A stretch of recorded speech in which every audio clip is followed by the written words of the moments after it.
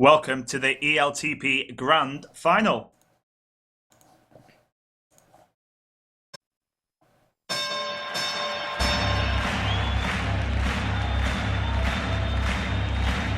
Ladies and gentlemen, welcome to the main event.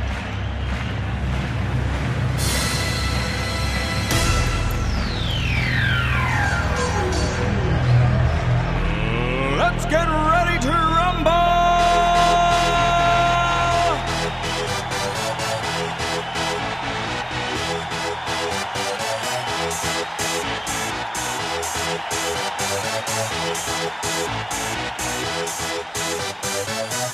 So yeah, guys, welcome to the Grand Final. Thanks for everyone for joining us on the stream. I'm Dr. McDonald, your commentator for tonight, and I'm joined in the commentary box by a whole host of wonderful, wonderful people. We've got Rems here, we've got Fordin, we've got Chris, and we've got The Evil, who is kindly putting up this wonderful stream for us tonight. Say hello, everybody. Hello, everybody. Hello, everybody. Hello. Fordin, are you there? Fordin's kind of here. We're not sure. Fordin seems a little bit drunk. We're not sure what's going on. But yes, thank you for joining us for this final of Tagenham and Rektbridge versus Ballis and Germain. Chris, you excited? Mate, I'm really excited, yeah. Should be a great game. I've been looking forward to this one all weekend, and I think it's going to be, it's going to live up to the hype. It's definitely going to fit the bill for the finale of ELTP. Just remember, guys, this is the real final today. That some people keep talking about some other final that is happening, but I think we all know that this is the real one. This is the one that matters. But before we get too much into the final, we'll be starting at about 5 p.m. British summer time. Oh, Fordin, you're here. Are you excited, Fordin, about the final? Are you sober? Do you know what day it is? What? I don't even think Fordin's there. I'm not really sure what's up with Fordin. But anyway, as we were saying, before we get too into the final, we're going to actually go through the alternative awards. And some of you that win might get dragged in for a little bit of interview about what's going on. But we are going to, without further ado, go through some of these alternative awards that we had. We'll be doing the main awards, things like, best defender, most valuable ball. We'll do things like that during halftime. But right now, before the game, we thought we'd just go through a bit of our fun Christmas party-like awards and see. Some of you, I'm sure, will be hoping to not win some of these almost infamous awards at this point. So, I'll just get my list up. What award are we starting with? I should know this. Best disappearance. There we go. Yeah, we are starting with best disappearance, as Rem said. A few candidates for this one. And Fordin, I don't know why you can't hear me talking. Am I heard on the stream? Is people saying anything on the stream? We can hear you. Yeah, they're saying we should fire Fordin, so... Right, cool. But best disappearance, we had 3 people up for it. The 3 S's. We had Steel Balls, Strategio, and Super Fun Hugs. Steel Balls, obviously, leaving Ball and Munich in the shit a little bit. Strategio going to America to see his lady friend, who he described as moist when he came back. And Super Fun Hugs, who just vanished for a little bit. And the winner, it was very, very close. There was actually just 1 vote in it. And Chris, if you can bring the winner in as we announce it, but the winner of the Best Disappearance Award by just 1 vote is Super Fun Hugs. Fantastic, Super. Where is he? Yeah, he's here, but he's here. Oh, he's muted. Super, unmute yourself. You congratulations, you've won our first award of the night. You've won the Best Disappearance Award. Oh. Tell us, tell the world, where did you go? Super. Well, sorry, I was listening to stream and listening to you. That's kind of confusing. Yeah, no, yes. I went on a distant journey, to distant lands to discover the mythological origins of Tapro. Yeah, and I discovered some interesting things, and now I'm back. Yeah, so it was fun. Well, congratulations on much deserved award, and I think we'd all agree that we're much happier for having you back. I'll pass you. You can leave now. Go back to your hole, and we'll don't disappear forever. Though we'll pass you on to Chris, who's going to present the next award. Okay, yeah, and next up we have the Sexiest Voice Award. Now there was 4 people nominated for this award. We had the Irish Dr. Baz. We had the wonderful Dr. McDonald. we had the husky Foxy, and then we had the arguably one of the most recognisable voices in Tag Pro, Whatball. Well, as well as I think all these guys are the most recognisable voices. But as you will all be unsurprised to hear, Whatball won it by a complete landslide. So congratulations to Whatball. That is a sexy voice. Thank you. I really enjoy winning this award. You can't get deep enough for it. I wish he was here so we could hear that sexy voice, because it is pretty amazing. I think we all wish we sounded a little bit like Whatball. Yeah, I love it. Thanks, I want Fodden. to thank all my fans and I'm gonna mute you for it if you just keep doing that. Shall we move on? Fodden, you've hit rock bottom. As we Right. move on to the most likely to end up in prison award, slightly controversial, we'll say, and we won't actually speak of what the crime that this person might have committed would be, just who's most likely to end up in prison. It was, again, very close between all three of our nominees, Deadnan, Loj, and Panda, all nominees for this award, all getting a decent amount of votes. But the winner of the most likely to end up in prison award was the Northeast Deadnan, with 43% of the votes taking it. And we won't bring him in here for an interview, otherwise he might get a little bit angry and start threatening us and showing why he's going to end up in prison. So moving swiftly on to biggest hothead. Chris, I'll pass this one back to you. Okay, yeah, biggest hothead. We'll again this time we'll start with the nominees. We had Dr. McDonald, we had Deadman, we had Panda, and we had Liddy Lid. Now, arguably, any of these players could have won it, depending on the day or the month or whatever. But by the majority vote, Liddy Lid has taken the award. I mean, Chris, you've seen. Liddy, welcome to the ELTP streaming room. You have been crowned biggest hothead. How do you feel? Does that make you angry? Liddy. Hello? Hi, Lid. Lid, you've been crowned biggest hothead. How do you feel about it? Oh, fantastic. Well, they're not wrong, are they? Interestingly enough, Liddy was saying earlier that, he thought the person that wins biggest hothead would come in here and kick off about being crown biggest hothead. But Liddy, what is it that makes you rage so hard? Silly little mistakes. Little mistakes add up to big mistakes. What about pub players? Do you like pub players? What about sunballs? Do sunballs make you calm or angry? Some balls are lovely to play with. Liddy not living up to his reputation there, but much deserved award, Liddy, and I'm glad to say that I got the least amount of votes in that, although, yeah, Ramsey, you might be right saying that would have changed. So we're going to move on to the opposite of your award, Liddy. We're going to move on to the Cool as a Cucumber award. We had 4 nominees for this: Grapefruit, Orb, Pescus, and Ron Burgundy. And I'm going to say all of them sharing, again, a very even split of the vote. There are some landslide winners in the award tonight, but not for this award. And actually, there are 2 winners of this award, and they are Grapefruit and Orb, both with 29% of the vote. And Rems, both very cool customers, aren't they? Yeah, I mean, I don't think I've seen them rage at all. Orb's always cool, calm, collected, even when he's losing. Maybe it depends on if they need to change the server or not, but they've both been great players. Apparently, Orb once said "fuck" during the game, and the entire team stopped, even though it was a competitive game, and just kind of lost track a little bit because they were so shocked. So apparently it did happen once, but not this season. So Grapefruit and Orb there. Pescus and Ron a close joint second. So very well done to those 4 cool players.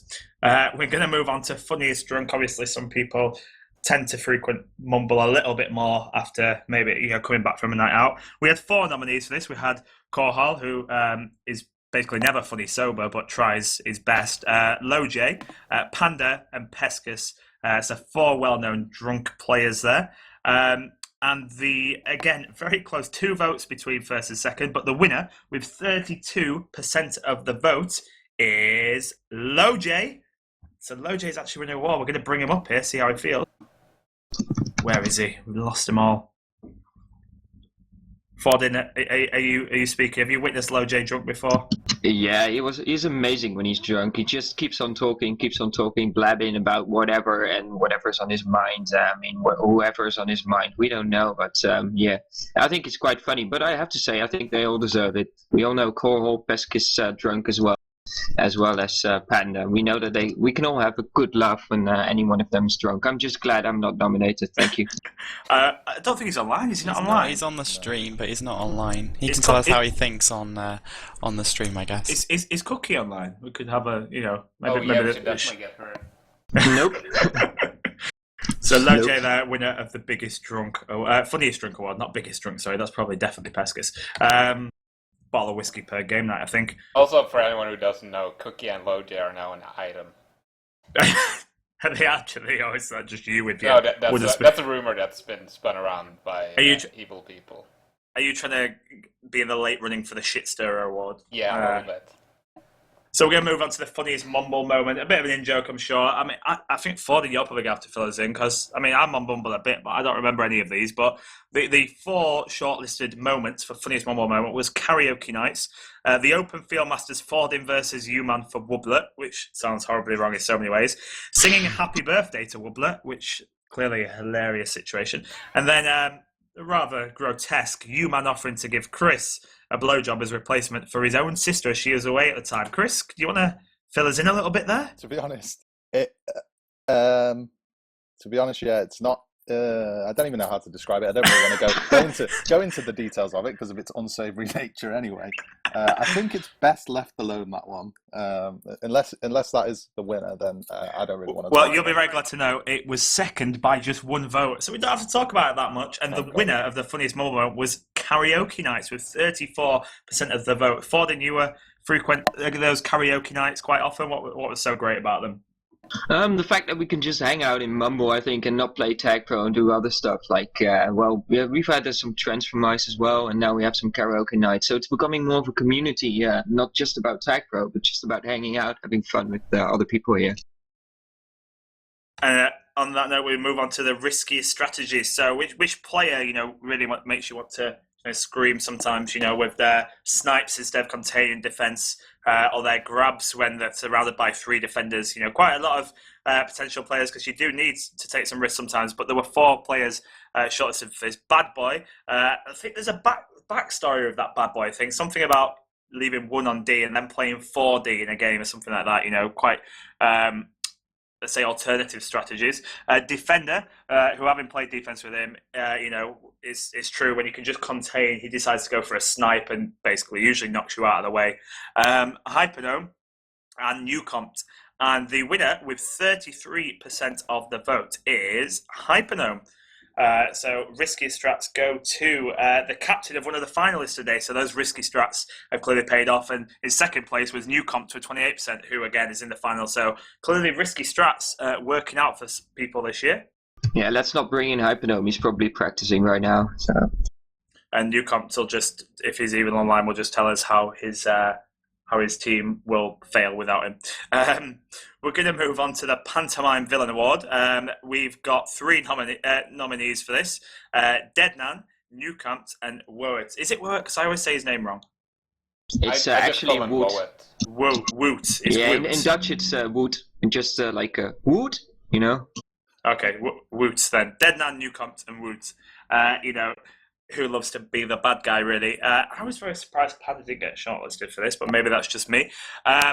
And again, very close. People clearly thinking all 3 of these people, any 3 of these would be worthy winners. But the winner of the Pantomime Villain Award with 39% of the vote is Woot. And Chris, would you agree with that?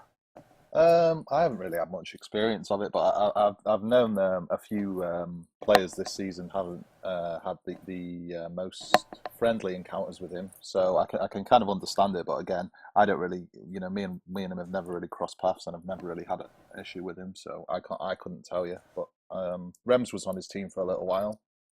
Maybe I once got reported for jumping off a gate too soon.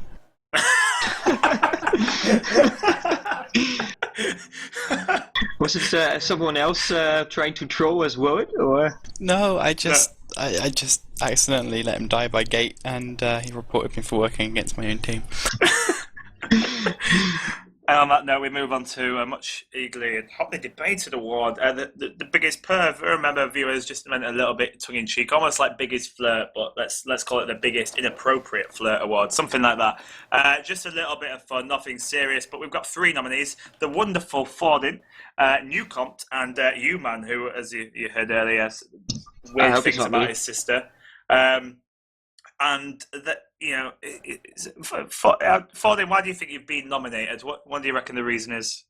Well, I hang out with the girls from time to time, and I think that people are like, oh, ooh, it's girls, and they're like, no, girls are just people, just people who also like to hang out. And nothing to do with the content of those conversations, of course.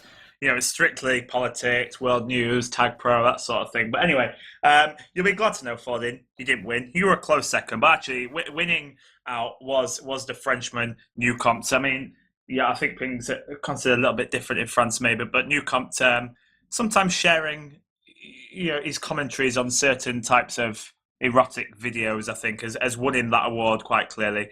I think I have to jump into his defense because while he was describing a porn video to us, he did say he preferred cuddling to what happened in the video.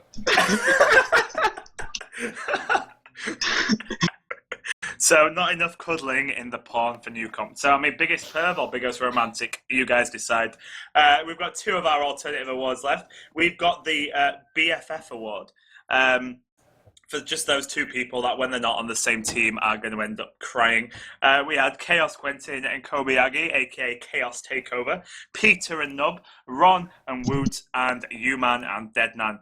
And it was quite close. We had U-Man and Deadnan in 4th with 7%, Ron and Woot in 3rd with 27%, Chaos Takeover in 2nd with 28%, which means the BFF award, of course, you all knew, was Peter Baelish and Nob with 37% of the vote. And Chris, you're on Mumble a lot. What are those 2 like together? Yeah. I mean, Peter and Nub are almost inseparable. Peter will just come on strictly to see if Nub's on, and if he's not on, you can hear the tone in his voice drop and the disappointment. I mean, the things Peter has said about Nub, I think Nub's got one of them in his comment on Mumble, something like, I think 14-year-old looking boys are really hot, or something like that. That's how he described Nub when Nub showed him a picture of himself. He described Nub as a 14-year-old looking boy, but he still found it really hot. That's getting weird now. I mean, I just thought they were friends, but anyway. Yeah, I think it goes beyond the lines of a bromance. I'm thinking it's going into a tag promance. Tag promance. That's number 2 after Loj and Cookie. We move on swiftly to our final award. The game starting in just a few minutes. Perfect timing almost. So the Shitster Award, who just likes to mix it up a little bit, cause a little bit of controversy. Out of all the awards we've had so far, this is the biggest landslide award. We had Deadnan, Panda, and Peter Baelish up for it, and I'm sure you've all guessed already, with a whopping 63% of the votes. It is Peter Drop the Spoon Baelish. Let's get him up here for a little interview, aka Gossip Girl. Is he online? He's not online just now. Looking for him now. He's Peter Baelish not here. He's probably here just as a pseudonym. Who's Gofio? I don't know that. I've not seen them before. No, that's not him. He's a pub player. Oh, there you go. But sorry, Gofio, if you're watching. But yeah, Peter Baelish, I'm sure everyone knows. And if you actually hover over there on Mumble, he's got his picture is of a baby dropping the spoon, and he says that he's trying to leave his shit stirring ways, but I think we all know that's absolute rubbish. Rems, what do you reckon? Do you think Peter Baelish gonna leave his shit stirring ways behind? I can see Gossip Girl making a re-emergence at some point shortly.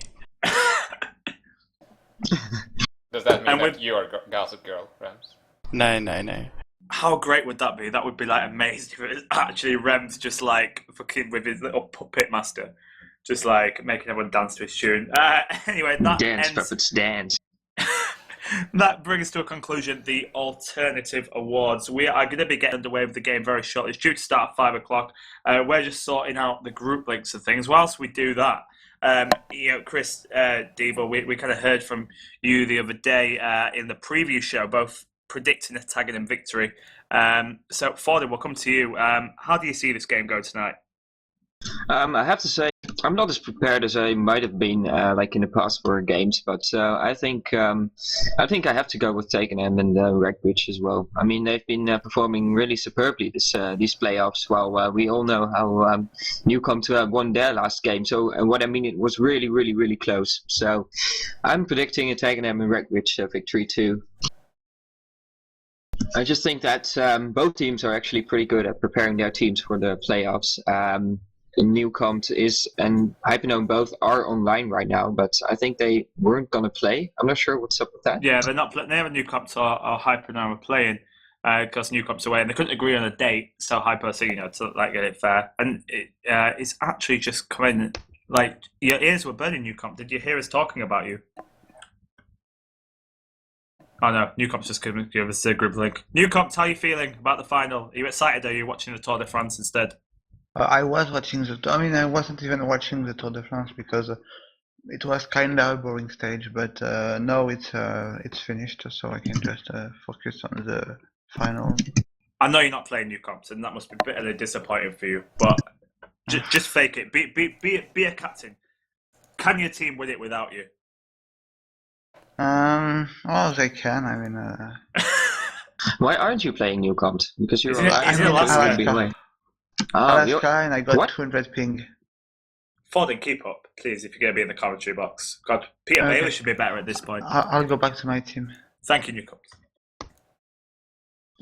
Peter is online, by the way. I'm not sure if we're starting right now, but maybe we can still get him in. Just a quick comment. Drag him in while we get the group link set up. People on the stream, give your predictions. We've asked people, and lots of people going people going for Tagenham. So do give us your opinions. Who do you think is going to take this title? Do BSG have some fight in them? Can they take this title? Because the favourites right now seem to be overwhelmingly Tagenham Rektbridge. We've been joined by Peter Baelish. Peter Baelish, you won the Shitster Award. How do you feel? Oh, he's gone. Get him back. I'll get him back. Yeah, I'm back. Peter Baelish, you won the Shitster Award. How do you feel? I feel this is ridiculous. I have nothing to do with any stirring of shit. All I do is spread news to the people. I'm so disappointed. I can't believe it. And also, by the way, Gossip Girl is not going to be making a return round unless, obviously, it's you. But, how many % of the votes did I get again? A lot, over 60%. Landslide winner. Wow. Was it anyone who's second got a lot of votes? No, no. Wow, no, you did. Okay. You smashed it, mate. Sorry, I can give you the actual percentages if you want. You got 45 votes, giving you 63%. Panda got 16 votes, giving him 23%. And Deadnan got 10, giving him 14%, which I think's underrated. Deadnans, people need to get to know him a bit better. But no, Peter, you took it by a landslide, mate. So maybe it's time to drop the fucking spoon and stop stirring. What do you reckon? And you can get that Voice of Reason award that you've been nagging me for. Mate, that's the award I should be winning by a landslide, not this one. Let's face it. So, Peter Baelish there, biggest shit stirrer, like you needed telling. We're going to take a short break. Forden, stop typing. We're going to take a short 2-minute break to get the stream ready for the final. Give your predictions. Those of you that think BSG can win it, get loud in the stream. Let us know. Let BSG know that someone thinks they can win. And we will be back. We're going to take a 2-minute break. We'll be back shortly with the ELTP Grand Final. Right now, we're going to play you a little hype video I'm sure you've seen just to get you hyped up for the final. It's going to be starting any minute soon, and Devil will put that video on for you ASAP. Is it ready, Devil? Yep, it's awesome ready to go. So enjoy the video, get hyped up, and we will be back with you very shortly.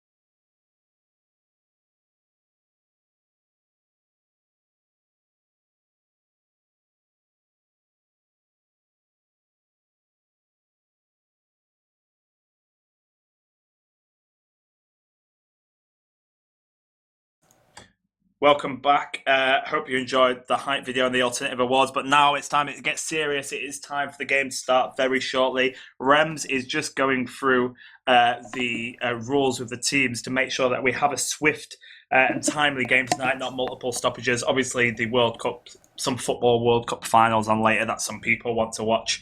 And so we want to make sure we bash through this game in a timely manner.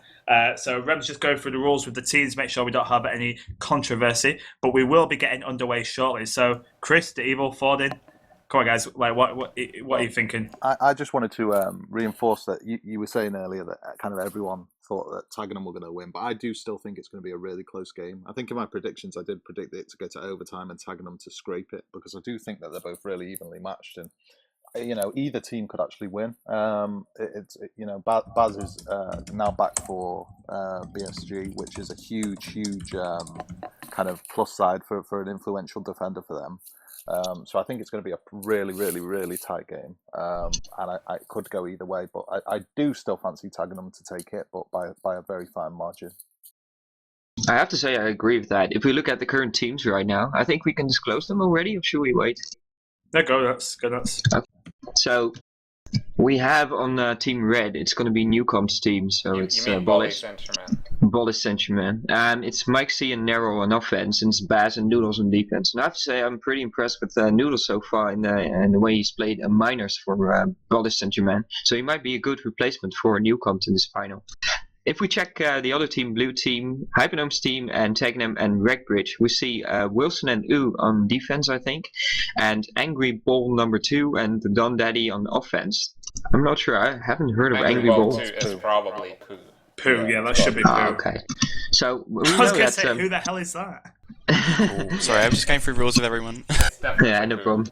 So if we look at that team, it's also really strong. We know that Wilson's going to be captain next season. We all know of the offensive power of Pooh and Don Daddy, and even though U hasn't played a lot with this team yet, we know that he's really solid, especially in tournaments that he's played, and he can just swap in for a lot of defenders and play really well. So I agree, it's going to be a close matchup here. We'll be getting underway any second now. Rams just quickly finalising the rules of the team. Subs can be muted in Mumble without communication if they're in waiting, saying that teams need to call BR if a break is needed, but they don't call stop. They call BR and stop will occur when the breaking play has occurred, which Rams will be keeping an eye on and will probably call stop himself, so we avoid any of the problems we had in the semi-final. We are literally seconds away from the ELTP Season 2 Grand Final starting, so get excited, get your predictions coming in. We'll look at the stream, see if anyone's actually... oh no, I've shut the stream actually. I need a link again. Someone give me a link. I'm so good at this. I just posted a link on Reddit and now I've lost the stream. Great. Yeah, Chris. Thank you, Chris. Is there any predictions in the chat? What for people said? I can see 10-0. That's one of the predictions. 10-0, 9-1. 10-0 and a 9-1 BSG win, but unsurprisingly, that's from Mike C. I think that's a little bit of a biased prediction. Get your predictions in, guys. Put your money where your mouth is. We've got 87 people watching live with us this first half.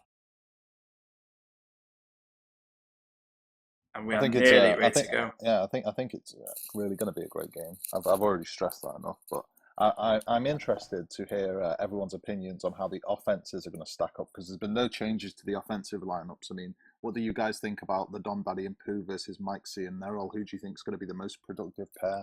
It's hard. I personally think that Mike C and Nerol are kind of the better partnership, but that Don Daddy and Pooh, I'm not saying they're a bad partnership, but I think they're probably better. They're kind of better individual players. This map kind of needs teamwork. Mike C and Nerol. Nerol plays great support offense for Mike C. I think they'll probably do better. Yeah, Nerol's button work is fabulous, as we all know.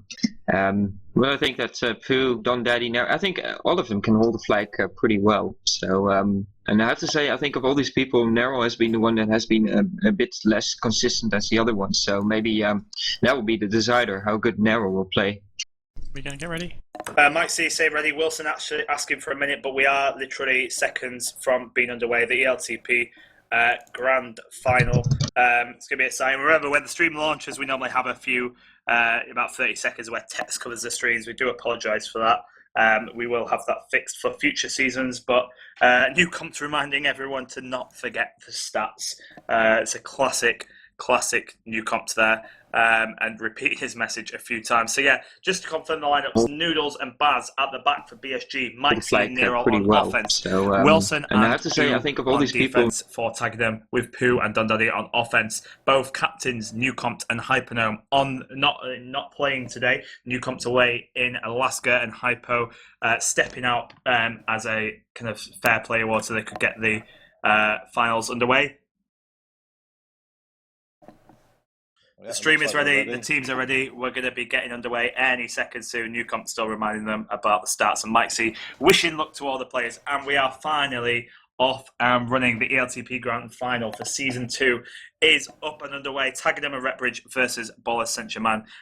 We will have a winner for you in the next couple of hours. And someone will be crowned the playoff champions. The big... what's the official title, Rems? Grand Champions. I don't know. The champions. I think it's just champions. Just ELTP champions. Port 5.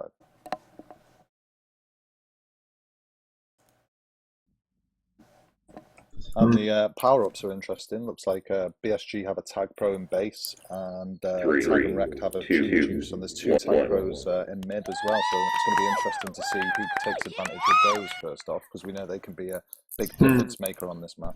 Nero kills himself getting the top power-up Tag Pro there, and Maxie's got the bottom Tag Pro, so they're both going to have an advantage right now. That's 2 Tag Pros, and Nero's waiting in the tunnel, actually. Maxie's going to hold the button to let him come through, and he is coming through. And they've got 2 Tag Pros, and this is a good start for BSG. Maxie grabs, but the spawn, neither of them could see where Wilson was spawning, and he actually gets the return just through the spawn. It actually shows how good Wilson is with his spawn there, and pro spawn.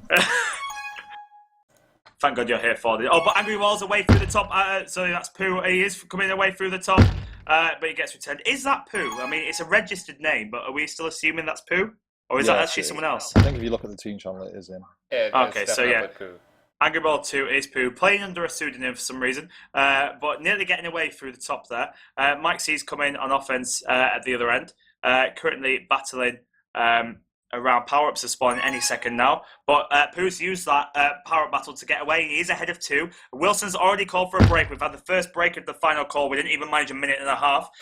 Flags have been returned now. Actually, Wilson's saying never mind, so the break is not happening. I think it would have been due to happen. And Mike C's managed to get away. He's got a juke juice, and he's ahead of 3 at the minute. He mistimes the boost and can't quite get away, but he's still going around the bottom, looping around that bottom. He's got 3 ahead of him at the minute, though, and Wilson's coming in. But he goes to the boost. Pooh gets a return. That's allowed Nero the free re-grab, and he's coming through the top. He's kind of just chilling out in the tunnel at the minute, waiting to see if the button's got at the other end. He's still waiting, but I'm not sure he's going to win that battle for the bottom. Wilson's now chased. He's going to be forced back towards the Tagenham base. Mike C takes out. Oh, that's great work by Mike C. Great playing the support offender there, taking out Wilson with the button, giving Nero a second chance. He's ahead of 2. He's going to be forced to go now, though, and he gets returned by the gates.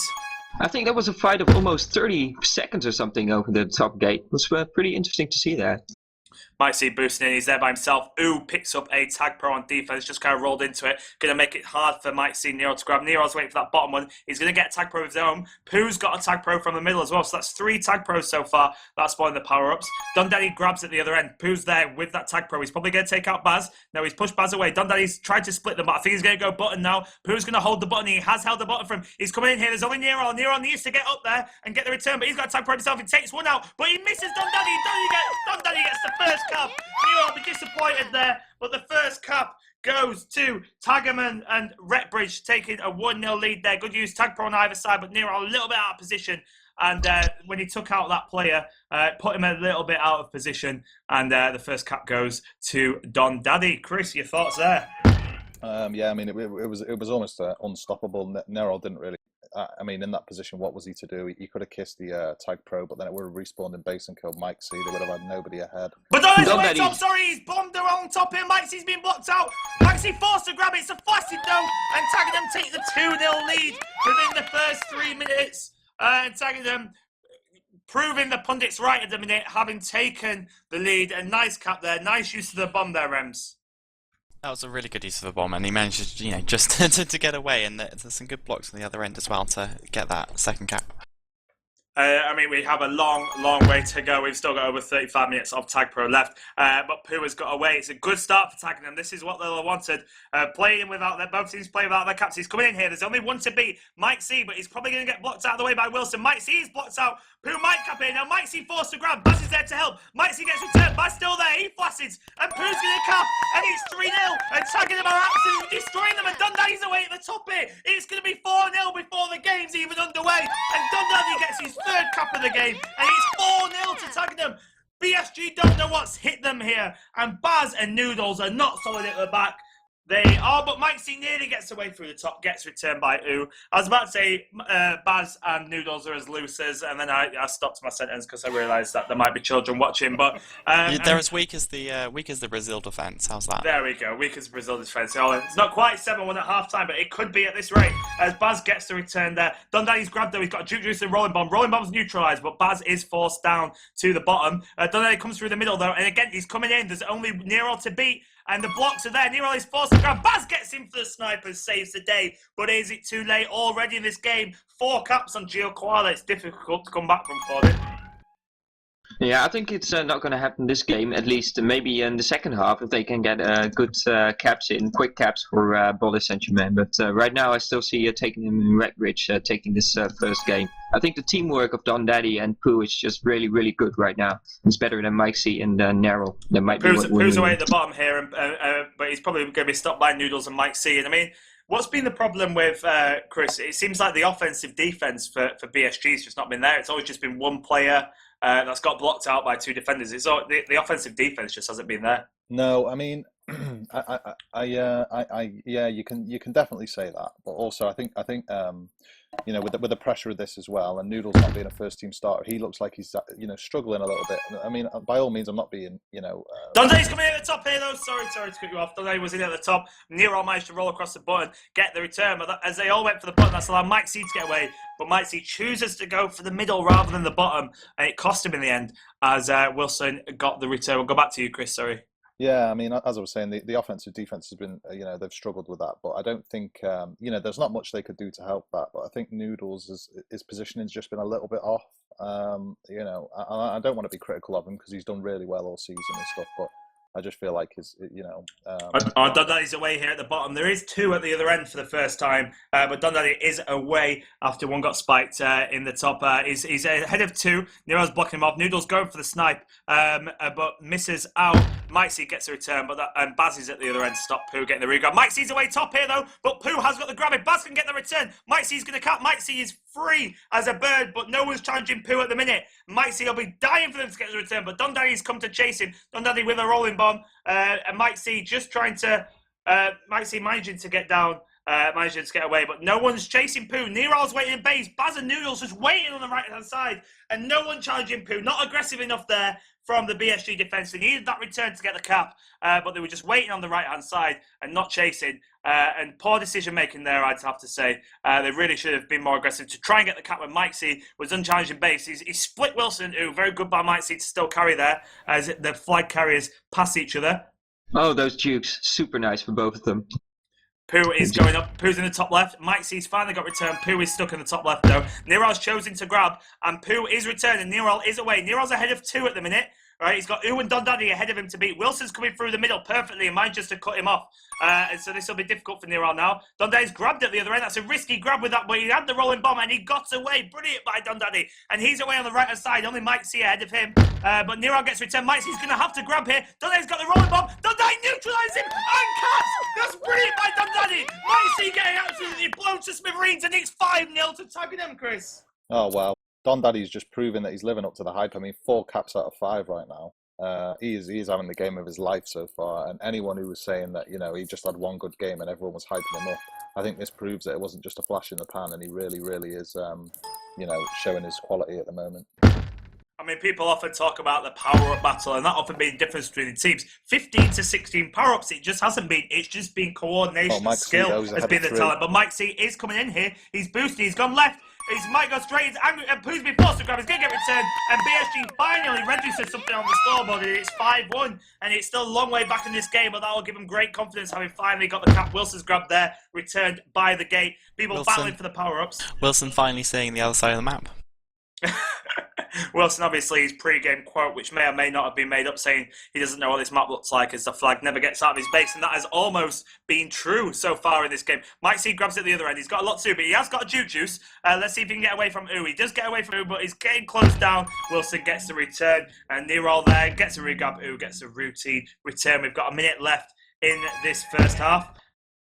And a quick look at the scoreboard showing, that, definitely BSG on the bottom at the minute. Noodles and Baz have struggled, although Baz is doing the best for his team. Large difference in the returns there. But there's been a grab here. And is he going to escape top? No, he's not, as they get the button at the other end. We've got 50 seconds left. And, 4 caps deficit is quite a lot, Chris. Is there really a way back, or is it more about just kind of getting ready, having a good second half for morale to get ready for the second game? Well, I think if you remember how BSG played against Salzburg, I think they were down quite a few times during that game, and Salzburg were cruising almost at some point. Oh, who's away top it? No, Baz gets the button. Go on, sorry, continue. And they showed great resilience to kind of come back and get back in the game from that. So it's not beyond them. However, I think this specific game, they're going to struggle to get 4 caps maybe in the next half, but anything can happen. So. And it is. I remember region was on this map, Northern Europe against. Can't remember who it was against. Actually, I think against Newcomt, Fordin, it was against, Pooh. Yeah, it was against Western Europe, and they were 4 caps down with 2.5 minutes left, and they brought it to overtime. So first half finishing 5-1 to Tagenham and Rektbridge. Don Danny clear top of the league. So we'll see what happens. And Newcomt will be, I'm sure, probably disappointed with his team. Some people on the chat don't know who people are, but Jamie Fallon, whoever that is this a pub? Do BSG normally work? Because Newcomt tells them to chase in team chat. Train saying, Jesus, they can't keep the flag in base for the life of them. Quite scathing comments there. Fred saying that Don Daddy absolutely wrecking BSG, and people wanting to see a bit of fight from BSG as it currently stands. It's not been working for them so far, but they've got a long way back. But Damjan saying Germany have rubbed off on Tagenham and Rektbridge, and it was almost a Brazil-Germany scoreline, wasn't it? It was, yeah. I don't know what. I think they. I don't think they've. In fairness to BSG, I don't think they've had the best, preparations for the game. I don't think, you could put it down to that. I know Tagenham have been really practicing hard. They've been taking this really, really kind of, they've been practicing every day. They've been doing really well on the maps. I've practiced with them quite a few times. They've always looked sharp. They've always looked good to me. I haven't really played with BSG, but I do know they've been putting in some work as well. I just feel like Tagenham have probably practiced a bit more, which might be showing why that they've shown this early dominance. The second half of the first game is starting. People asking on the stream, we played 2 games, 20 minutes, so this is the first game, second half of the first game. And we are getting the second half underway shortly. Fordin, what power-ups have we got there? We've got a juke juice for Ballis, and we have a juke juice for the other. 3, 2, 1. So the team's underway here. There's tag pro at the bottom. I think Baz is going to get it. He takes out Don Daddy with that tag pro. And Baz actually is going on O here with the tag pro that he's got. He's got no support at the minute. He's waiting for Nero to get round and give him some support. Nero finally getting up there. Baz trying to take people out with that juke juice, but the juke juice runs out. So he's just over the tag pro and he grabs. Probably not the smartest move there from Baz, showing his experience maybe on offense. And Nero is left by himself as Mike C finally goes on offense for the first time. Long way back for BSG, but we have seen stranger things in tag pro. So we will see if they're capable of it here. Power-up's going to be a big deal for them if they could get some. They're going to need good power-up control, really, Rems, would you say, to actually have a chance of making up the big cap deficit? Not just power-up control. They need some good coordination as well. I mean, they had a tag pro and a juke juice. They should have been able to take advantage of that, and they just didn't get the offense in there. And Wilson has got the power-up spawning. Wilson getting a tag pro on defense, but Mike's trying to escape through the top. He didn't really have much choice there, Mike C. But that's left Pooh to grab him. Pooh is ahead of 4. Only Nero ahead, but Nero slowing him down, allowing Baz to get round. Noodles giving chase as well. Wilson coming to take them all out with a tag pro, but Noodles does well there to get the return, because that could have been very dangerous. That could have been tagging them, absolutely taking the game as Noodles gets done down. He stops that regrab train. And at the other end, Mike C is battling with Wilson, who waiting for Nero to get round so they can get that partnership going. And that partnership really does need to get going because that is a tried and tested partnership for BSG. This is a map they should be strong on. It's all about coordination and teamwork, which is something that Newcomb does drill into his team. And what do you reckon Newcomb will have said at halftime? You know what? I don't know. I mean, when I play Pugs with Newcomb and we're losing, he doesn't seem like a happy character. So I have no idea what he would have just said to his team. I'm sure he would have offered them good advice, though.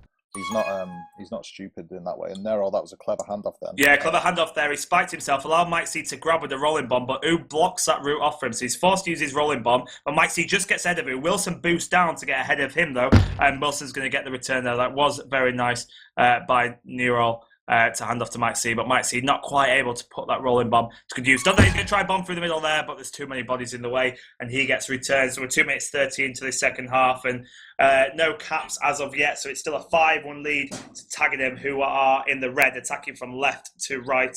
And yeah, it'd be a good sign for BSG, even if they can't come back in this game. If they've kind of stemmed the flow at the back, Dundee absolutely destroying them in the first half. That'd be the main thing for them if they can't win this game, to just kind of keep, not get destroyed, and almost just win this half. Yeah, that's it. Yeah, I mean, something for morale, like getting a victory in this half will at least put them in kind of a good, confident kind of position for the second game.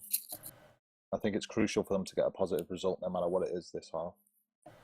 Mike C got a juice, but Nero gets spiked by Pooh. Good work by Pooh, and that just means that Mike C hasn't got a defensive, an attacking partner for a good few more seconds as Pooh picks up a rolling bomb for the middle. Noodles has got a tag pro on defense, so Mike C the bomb spot. Oh, Mike C gets ahead. That's amazing. It was Pixels in that. He's coming in here. There is a tag pro now. He's past him. Noodles is going to take him out. I was watching Pooh on the other side, and Pooh was like literally destroying the base, but he just came in so quickly. Pooh couldn't do anything to stop him. Oh, but Dundee is away here, and Baz going for the snipe and mistiming it very badly, and that could be costly. They need bodies around there. Baz is coming top, but Pooh's got a tag pro. He's going to take them all out. Mike C has to be aggressive, and it was the right decision as they get the return. Good work there by Mike C. Mike C going to use that bomb. He tries to get away. He hits into Wilson, but it's within that 0.25 seconds, and he doesn't get returned. But they get him at the second time of asking. And yeah, good signs for BSG there that they can just take this half. They know that they've got a chance in this final. That first half, absolutely crushing for morale. But we do see this sometimes. The first half is almost kind of like just testing the waters a little bit as Pooh gets away down the bottom. He's ahead of Baz and Noodles. Baz goes through the middle and slows Pooh down. Pooh's heading back towards the right-hand side. Dundee's waiting there for the regrab or handoff as it comes. As Pooh goes back to base, actually. I don't know if he's going to try and go through the middle. He is. He's going to try and bomb through the middle. He misses the bomb, but he manages to get past Baz and Noodles. That's really well done there. Not sure if that was intended, but it ended up working out nicely. And that whole little shimmy's left him ahead. He's boosted in. He's coming in here. What a cap by Pooh. That's one of the best caps of the game. Dundee's coming top here and could make it 2. Baz is pushed into a spike. Dundee's got a clear path. He can get through that gate. Nero's battling for the button. Nero gets the button, but Chris, what a cut by Pooh there. Exceptional individual play. Yeah, definitely. He beat the whole team, didn't he? He beat everyone in one go. Like that was unreal. I thought to myself, he's going to get returned at some point here, but he managed to just squeeze the cap through everyone. Everyone was ahead of him, and he still managed to beat them. Such great patience. He went all the way back to his base, went all the way back to the base where he grabbed, tried to use the bomb-to-bomb top, missed it, went past 2, went through the middle, boosted past the other 2 and got the cap. Absolutely exceptional cap. Pooh, obviously the only player in this game with a chance at taking a second ELTP season title. He won the first season with Baller Munich. And he could win the second. He's looking very good to win the second so far here as Pooh, the American, currently living in Holland, I believe, is away here. He's ahead of 2. There's a grab by Nero at the other end because Mike C's got that tag pro.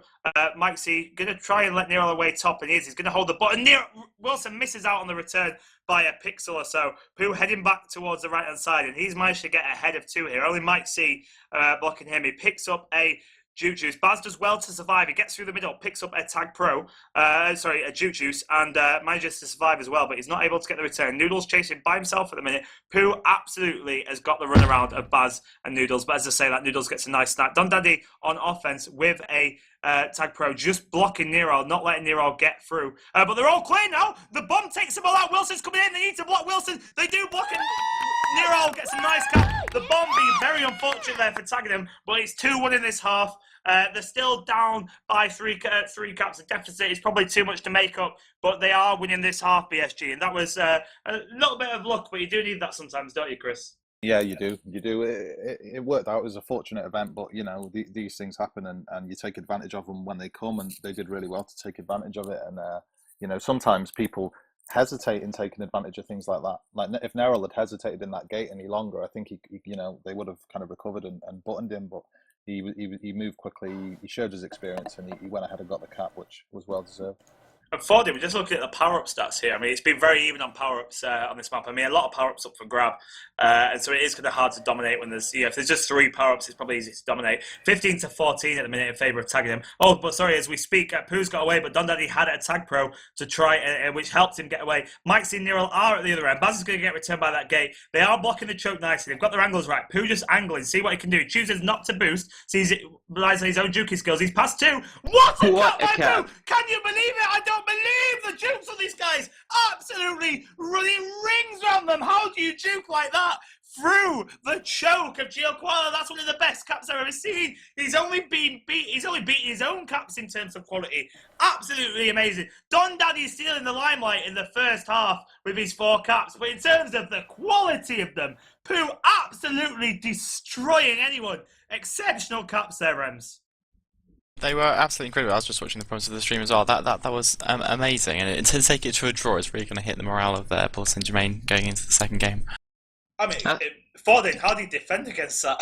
I think right now, He's coming in here. He's following a tag pro. They're going to do it again. And BSG, they needed that momentum boost. Now, I know where they've just conceded 2 caps. The tag pro leading them through, and the individual talents of Pooh, they're really giving them. I just can't believe it. They're 3-2 up, and they're going to comfortably take this first half with a 5-cap lead overall. This first game, sorry, Fordin. I mean, how do you defend BSG just dropped like the power control there. I think Don Daddy got like the tag pro in the middle where he could guide Pooh in, and after that they got another power up set. So I think that's one of the main reasons why they got the 2 caps here.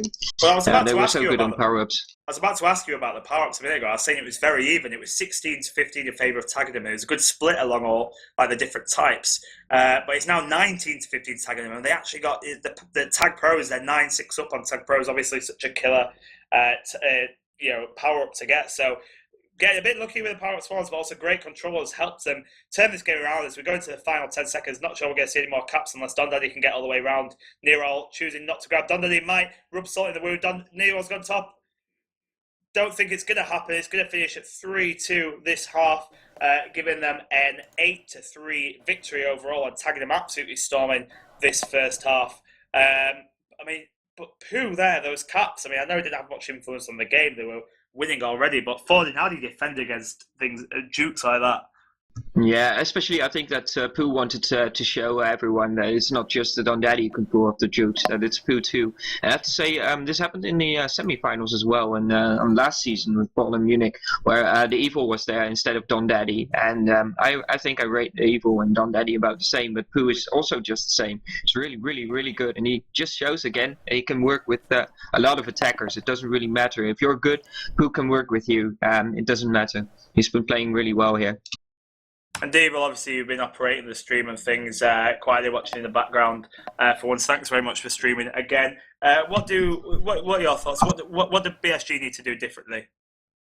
They need to do more of what they did in the start of the second half, where they started to get their attacking play together and started locking down the base. But they did let it go, and they did let power control go, so I'm not sure if they're going to be capable of that. But Wilson and U, while really solid in terms of contain, they have a tendency to maybe be a little bit too careful. So if BSG really wants to get something out of this, I think Mike C and Neril will have to pull all the strings and just do crazy stuff and really try to disorient them in order to just get something really good going here. And just some news on the stream in general. Over 100 people watching us now, which is really great news, especially considering the time that this is unfriendly for a lot of people, basically, if they're not living in Europe. Lots of comments, so many comments that actually YouTube disabled the loading of them unless you specifically clicked. Hypernome currently on the chat saying he wouldn't even make the team even if he could play because his team are playing so well. So inspiring words from their absent captain. In the meantime, we've got 110 people watching. We're going to take a break from the Tag Pro Minute, and we're actually going to do the ELTP Awards. Those of you that were here at the start will have seen the alternative awards, but these are the main awards, the actual ones for good play and good sportsmanship and things like that. So without further ado, if everyone's ready to even? I'm going to need half a minute to be completely ready. Okay, well, while Dave will take that half a minute to get completely ready. Forden, do you see BSG coming back in this game? Or do you think it's done and dusted? I think if they can, especially the second half was pretty good, especially for the first 6, 7, 8 minutes, after which they lost power control. If they can keep it up like that, and they won't lose the power control in the second half of the final half of the game, the final few minutes. If they can keep it together, then they have a good chance of taking it now. So I hope. I would like to see the overtime. I'm sure we all would like to see some overtime, although remember overtime takes away from World Cup final drinking time. But no, we always love a bit of good overtime. I'm sure some of you will remember the final from last season was one of the most incredible things we've ever seen. We will be moving on to the awards very shortly. We're just finishing the setup. Do give me predictions. Are there any BSG fans out there that think they're actually going to take this? Newcomb, I'm sure, sitting in Alaska at a minute, will be quite disappointed with how his team fared. But they did better in that second half, didn't they, Chris? I mean, I know they lost in the end, but they did a lot better. They were a lot less loose at the back. Yeah, and it was more some lucky power-ups and individual brilliance rather than just being poor play. Well, yeah. I think you could say that. Yeah, they definitely tried to pick it up in the second half. I'm sure Newcomb probably had some words for them then, and they probably helped the players. Now he's got a real job to do to build them back up for the second game and to try and get a positive result overall to take this thing to extra time after the second game. If BSG won this game, it would go to extra time. Yeah, if BSG drew the second game, it would be a Tagenham victory. Just a reminder to everyone watching, people maybe not familiar with the ELTP rules. The first game has been won by Tagenham Rektbridge. There is no aggregate score for the second game. So although they won by 5 caps, if BSG won the second game by 1 cap overall, it would go to an overtime. They are 2 separate games. And the overtime rules would be 1 10-minute period, see if anyone wins, then another 10-minute period, see if anyone wins, and if still no one wins, it goes to golden cap. But we've never got that far. We did get to overtime last season, and we saw it was on Holy See, and we saw an absolutely exceptional play where one of the defenders from Bayern Munich boosted through the middle, picked up a tag pro, accidentally kind of took out 2 players and managed to cap it in the first 10 seconds. It was an exceptional start to overtime last season, and I think I nearly lost my voice straight away. So we'll see if we get anything that dramatic this time. Mario Maggia, whoever that is, saying the evil sure has a hard-on for black dart skins and screens. Well, that's probably because you are the evil one, would you say, the evil? Yeah, this is definitely a theme for me. And I also like the color red, especially in combination with fire. So.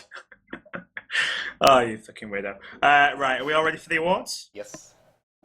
Cool, so we are going to go to the main awards. We've got a lot of awards here.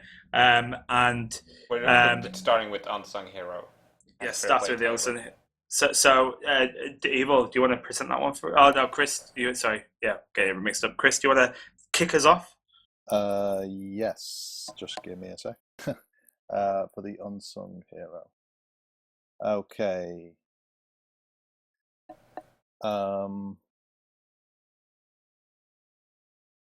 So the Unsung Hero Award, as Chris gets the things sorted, the Unsung Hero is an award for basically what it says, the people that help out behind the scenes and maybe not sung enough, as it were. Obviously, so many people have contributed in so many ways to the ELTP community this season, and there's also so many people that won't have been shortlisted and things like that.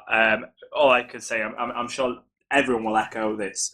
Every single person that's helped out in some way, whether it's streaming, commentating, doing stats or just literally hyping it up. You make the community a brilliant place and keep on doing it. There's a lot of people that have signed up to do recording and editing to try and get us a really good highlights reel for next season. So please do keep doing that. Sign up to help out because all you guys watching the stream right now are what makes the community absolutely fantastic. But we will go back to Chris now for the Unsung Hero Award. We'll talk about the people shortlisted for the nomination. We had the Only Ball. We had the new comp. I think the Only Ball for his streaming, for definite. I mean, he was always a presence with his streaming this season. When he was one of the guys who came to the forefront and streamed a lot of games in the league. I think we have new comp for his overall everything, his stats and everything he brings to the table. Or he does a lot for Tag Pro. We have you, Dr. McDonald, who's an excellent commentator, a streamer, and everything you bring to the table. And we also have Rems. And well, what can you say about Rems? I mean, I said everyone else does everything, but literally Rems actually does do everything. Even all the behind-the-scenes stuff that probably a lot of people don't even know about, all the hard work that he puts in that people miss. I think any of you guys, all you guys who got kind of nominated for the award, you should be really happy that you did, because it proves that you really do a lot for this community. And without you guys, we would kind of I don't even know where we'd be, to be honest. So yeah, thanks to everyone nominated. But without further ado, we'll go to the winners, and it's a tie for Dr. McDonald and Rems. So you're both here with me. Congratulations. How do you feel? You go first. Cheers. A bit, what's the word where you're embarrassed?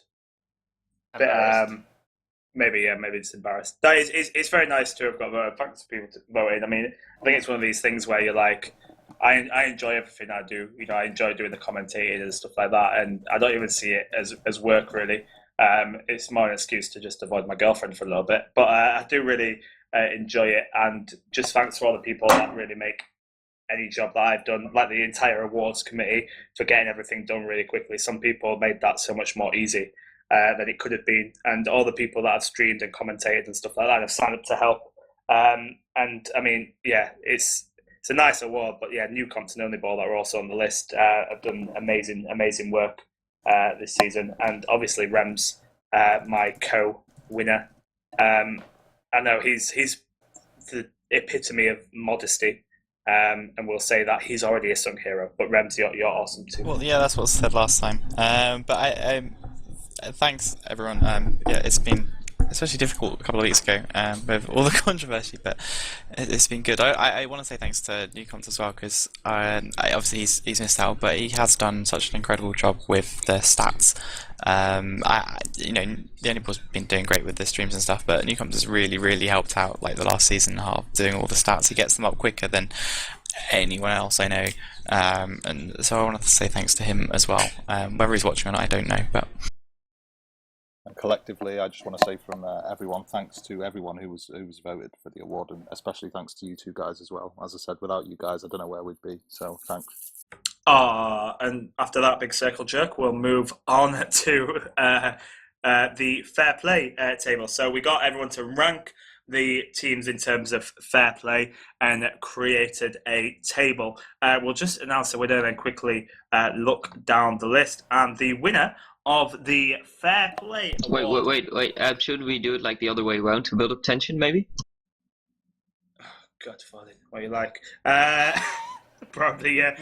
I would do that if I had the list. Hang on. Or if we had the time. I think they're probably biting at the bit to get back in the game, aren't they? Yeah. Well, let's do the first one, the last one, and then the guys in between.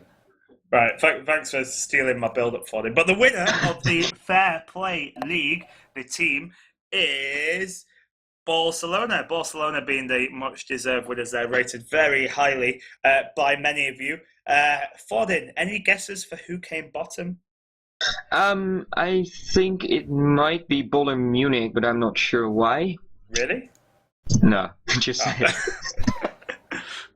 Of course, it was Ballis Saint-Germain. I'm not sure why, of course, but strictly these should have been based on the regular season. But I feel some emotions, maybe so overwhelming that actually Ballis Saint-Germain coming bottom of the league there. So Ballis Saint-Germain 10th, Rolling BC in 9th, Bolton Wanderers in 8th, Dukerect in 7th, Red Bull Salzburg in 6th, Tagenham Rektbridge in 5th, Jukester in 4th, Bolchester in 3rd, Bayern Munich in second, and top of the league is Barcelona. So fair play, obviously a very big part of the community and etiquette and things like that. So congratulations to those, at least in the top half, and the ones in the bottom half. Sort yourselves out. We will move on swiftly to. Are we starting? Chris, I'll pass back to you. Okay. Or we could pass to Rems for this one. Rems, do this. Yes, that's right. I have to load up the spreadsheet. Rems, please. Which one are we doing? What is next? We're doing the main awards. The main awards. Come on, Rems. Considering I don't know which one it is, Chris, is it best individual performance? No, best commentator. Best commentator. Sorry, that's the next one. That's easy. It's because as for. Yeah. Okay. Thank you. I'm sorry about all that. So we've got the nominations for best commentator are Chris. Obviously CRSRD. We've got the evil one. We've got Dr. McDonald, and we have Fordin. I don't think it would be any surprise to who won this award. I think they also won it last season with 88% of the vote, which is a very big majority, is Dr. McDonald. So how do you feel about that, Dr. McDonald? I feel like my neighbours won't really care about the award and just want me to shut up. But thank you for voting. I would encourage anyone that feels that they could get really excited about the game. If you're the type of person that watches sports and ends up screaming at your TV, get involved. You know, there are room for more people to get seriously hyped commentary. So get involved if you want. Just get streaming and just get chatting shit like I do constantly. If you want to improve, I'd suggest lots of coffee. That kind of seems to be what happens with Dr. McDonald. Maybe chuck some vodka or whiskey or something in there too. Irish coffee, maybe. But I also would like to point out that I got second place with as much as 6 votes, I think it was. Yeah, I want to thank the 2 people who voted for me, but I wasn't last. yeah, I got 1 vote. Don't count Yourself? me out. It wasn't me. I voted McDonald. I can't vote. Me too. I vote for you, Chris. Let's move on to the next one because I think that's me again. We've got fuck you and your gasp for the minors, isn't it? Which is people that do well but isn't represented well in the stats. That's how we define that one. And we've got for the shortlist Dr. McDonald. We've got Friday. We've got Menace. And we have Noodles. It's kind of split votes all the way. On joint last place, we've got Menace and Noodles on 16%, and in joint first place, Dr. McDonald and Friday on 34% of the vote. So, second one in there for you, Dr. McDonald. It's getting awkward now. Third, but never mind. Third, yeah. Well, that's second in the major one. So, you want to go on to the main one then, Dr. McDonald? Yeah, so we are going on to the Fuck You and Your Gas for the majors. Again, the exact same award. Wait, just 1 second. We have Friday here. Oh, Friday's here. Oh, good. Friday's we had here. him. Wait. Yeah, but he doesn't have a mic, does he? Wait. Friday, Well done, any Friday. words? So you can hear it from us, directly. And then we go on to the majors. I'll turn the text-to-speech on, so Friday, type out wherever you feel. Friday, any words? Yeah. We'll read them out in a second. Let's just move on to the next one. I've actually lost my own spreadsheet now of things. Okay, we'll go on to the majors one. I just need the percentages. That's fine, I'll read them out. For the shortlist, we've got Chris, we have Leroy, we've got Peskis, and we've got Wilson. Just to make it feel like more of a circle jerk in the spectators box. The winner with 32% is Chris. Wow. I wasn't. I knew I was nominated for it. I was really happy just to be nominated, especially with those guys. I think I won it by like 4 votes or something. And yeah, I mean, any of us, we all deserved it. I'll accept it on behalf of the 4 of us because I think the 4 of us deserved it. I don't see it as anyone being any more worse than the other one on the stat sheet. We were all equally bad, and we all deserve this award. So I dedicate my award to Leroy, Peskis, and Wilson. And good luck being a captain next season. So I'm sure you'll do well. Thank you. So we've done that one. Yeah. So we're going to move on to the best 5th man. So the best 5th man being the name, who's just kind of on the fringe of the team, but is the best person to be subbed in. We had 4 nominations for this. Just finding. So we had Easy Game, Easy Life. We had Meth, had MS Burn, and we had Neon. And again, just like the last award, this award, all people got a good number of votes, so you should all be very proud of yourselves, genuinely, to be on the list. But the winner, with 34% of the vote, is, of course, Meth. And Ford, a much-deserved award for Meth, do you think? Yeah, I think so. He's been playing really well.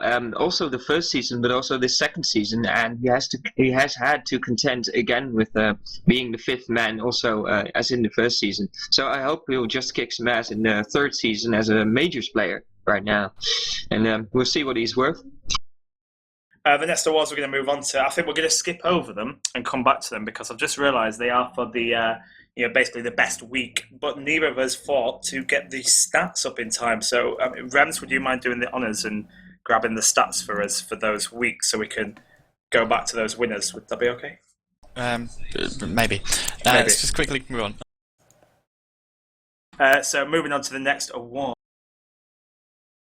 We're going to move on to best latecomer. So this is the person that was basically a free agent and was ended up being the best. So the nominees for best latecomer. The nominees are... They were Easy Game, Easy Life, Fred and Test. And this was an absolute landslide with 67% of the vote.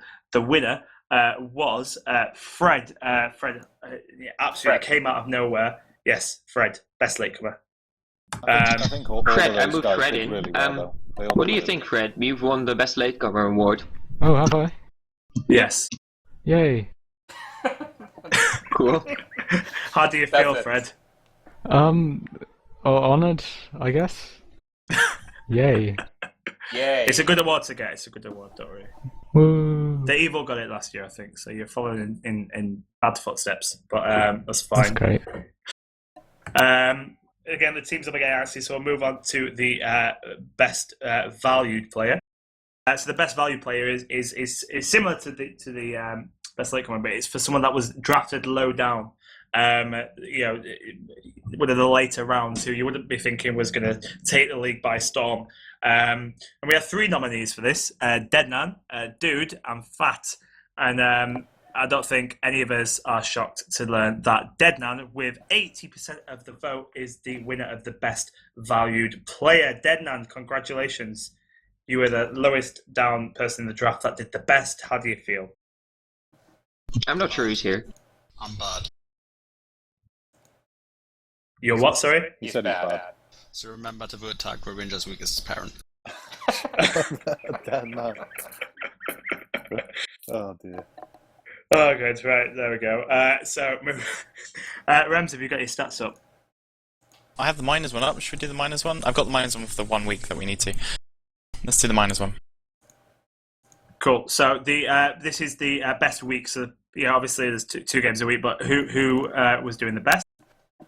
The nominees for the best individual performance for the minors was Anal Shipman in week 12, Fred in week 5, Melon in week 6, and Meth in week 8, and taking it with nearly 50% of the votes. We won't bring him in again, but it was Fred. How did he do that week, Drems? He played all 40 minutes. What are we doing? Returns. I've got 74 returns. 74 returns in 40 minutes, Chris. That's pretty impressive, isn't it? That's crazy. That's absolutely mental. What week was that? Don't tell me week that was 5. Was that, yeah, week but what was that? Was that Boombox? No, I think so. It was Jane, maybe. I don't know. No, I think it was a Boombox. Oh right. Oh yeah, he played. Oh yeah, I think he played against me. I was on offense that week. And that explains everything. Just to say, I think that the great thing is that it was Fred's first week on the ELTP, so that was even more brilliant. Yay! And then the best individual performance for the majors. There was Baz from week 1, Deadnan from week 5, Grapefruit from week 9, and Newcompt from week 6. And it was a much closer vote, this one. But the winner, with 39% of the vote, was again Deadnan, with again week 5 being a very good week for the stats. Do we have them up, Rems? Or? We do, and surprisingly, that team actually did well on offense because apart from they didn't get 74 returns, they got 10 caps for Deadnan. So obviously he's slightly better than you. That's impressive for 30 minutes I think he played as well. So 10 caps in 30 minutes for Deadnan. Not bad at all. So we'll move on to the most improved player. and we will hopefully bring this person up for a quick few words. So most improved, obviously this is just someone who's improved a lot over the season, maybe not rated that highly, and then suddenly has become one of the best people. So we've got the nominees are Mike C, obviously going to be a captain next season, leading offensive lineman for BSG playing the final tonight. And Nevermind, also known as Spoderman, kind of came in not that well known, but ended up being a solid defensive player for Bolton Wanderers. Don Daddy, who are also seeing absolutely wreck it in the final tonight for Tagenham Rektbridge, and Wilson, who is again another of the new captains for last season, came in halfway through last season for Liverpool, and now is known as one of the best defenders in the league. It was close, everyone. Did very well, but the winner with 44% of the vote was Don Daddy. If we could speak to Don Daddy. I think. Yeah, he's going to play soon. So oh, yeah, he's playing. I forgot he was playing. Yeah, so Chris, I mean, you know Don Daddy well. Impressed with him this season? Yeah, I knew as soon as he got a new laptop, I called it straight away. He'd be a first round pickup this season. Unfortunately, he didn't sign up for this season. But you can see right now that he's got his new laptop and he's absolutely killing it. He would have probably been in the first 2 or 3 picks of the round of the draft that we've done on ELTP. So yeah, congratulations to him. He really deserves it. So moving on as swiftly as we can, because Ramsey is going to tell me off otherwise. We are moving on. What was next? I'm losing Coach of the season. Coach of the season. Coach of the season, voted only for by the captains, based on the regular season. Who was the best captain this season? Who motivated their team to do well? It came down to between 2 captains. It came down to Hypo, who's obviously got 2 teams in the final, and Pescas, who finished second, chased Rolling BC right down to the wire. And the winner was Pescas. So Pescas getting coach of the season following his mentor, Corhal, who won it last season. We will move on again to defensive player of the season. So we're down to the last kind of 6 main awards. We've got defensive player of the season for majors and minors, offensive player of the season for majors and minors, and also the most valuable ball. So we'll go through the minors ones first. So defensive player of the season for minors. We have got, I've just worried a little second. Let me see. We've got the only ball. We have Test, we have Fred, and we have Easy Game, Easy Life. We do, and the winner of this one is Easy Game, Easy Life. So congratulations to him for getting defensive player of the season for the Miners League. Wait. No, it's cool, Chris. Don't worry. He did win it. Okay, excellent. Yeah, Easy Game, Easy Life, well deserved. He did really well. I wrote something wrong on the spreadsheet, so that's why Chris was stopping me there. So he did win, promise. So we're moving on to offensive player of the season for minors. We had Juster down, we had Meth down, we had Knocked His Head, and we had and we'll try and get this person in to say a quick few words. But the winner, the offensive player of the season for minors, is of course someone who is going to be a captain next season. It is Meth of Rolling BC. Is Meth around? Is Meth online?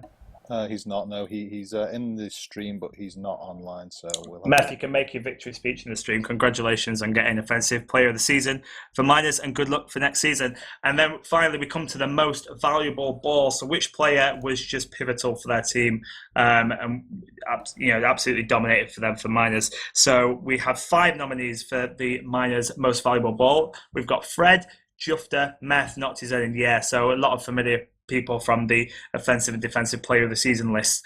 And with a whopping 45% of the vote, the winner of the most valuable ball, and we'll try and speak to him again if he's online, is Fred. Absolutely amazing season from Fred there, would you say, Chris? Yeah, he did really well. I think he set records for the amount of returns he was getting every week. I don't know how he does it. He's an enigma. Fred, how do you do it? I just play, you know? You've been named the most valuable ball for the minors season. Oh, really? So yeah, a very high accolade. So you've been drowned in awards today. So Wow. Are you looking forward to stepping up to majors next season? Well, I was already in majors this season. Yeah, that's true. Okay. But are you going to win most valuable ball for majors next season? That's what I mean. I don't know. There's a lot of people better than me. So far, yeah.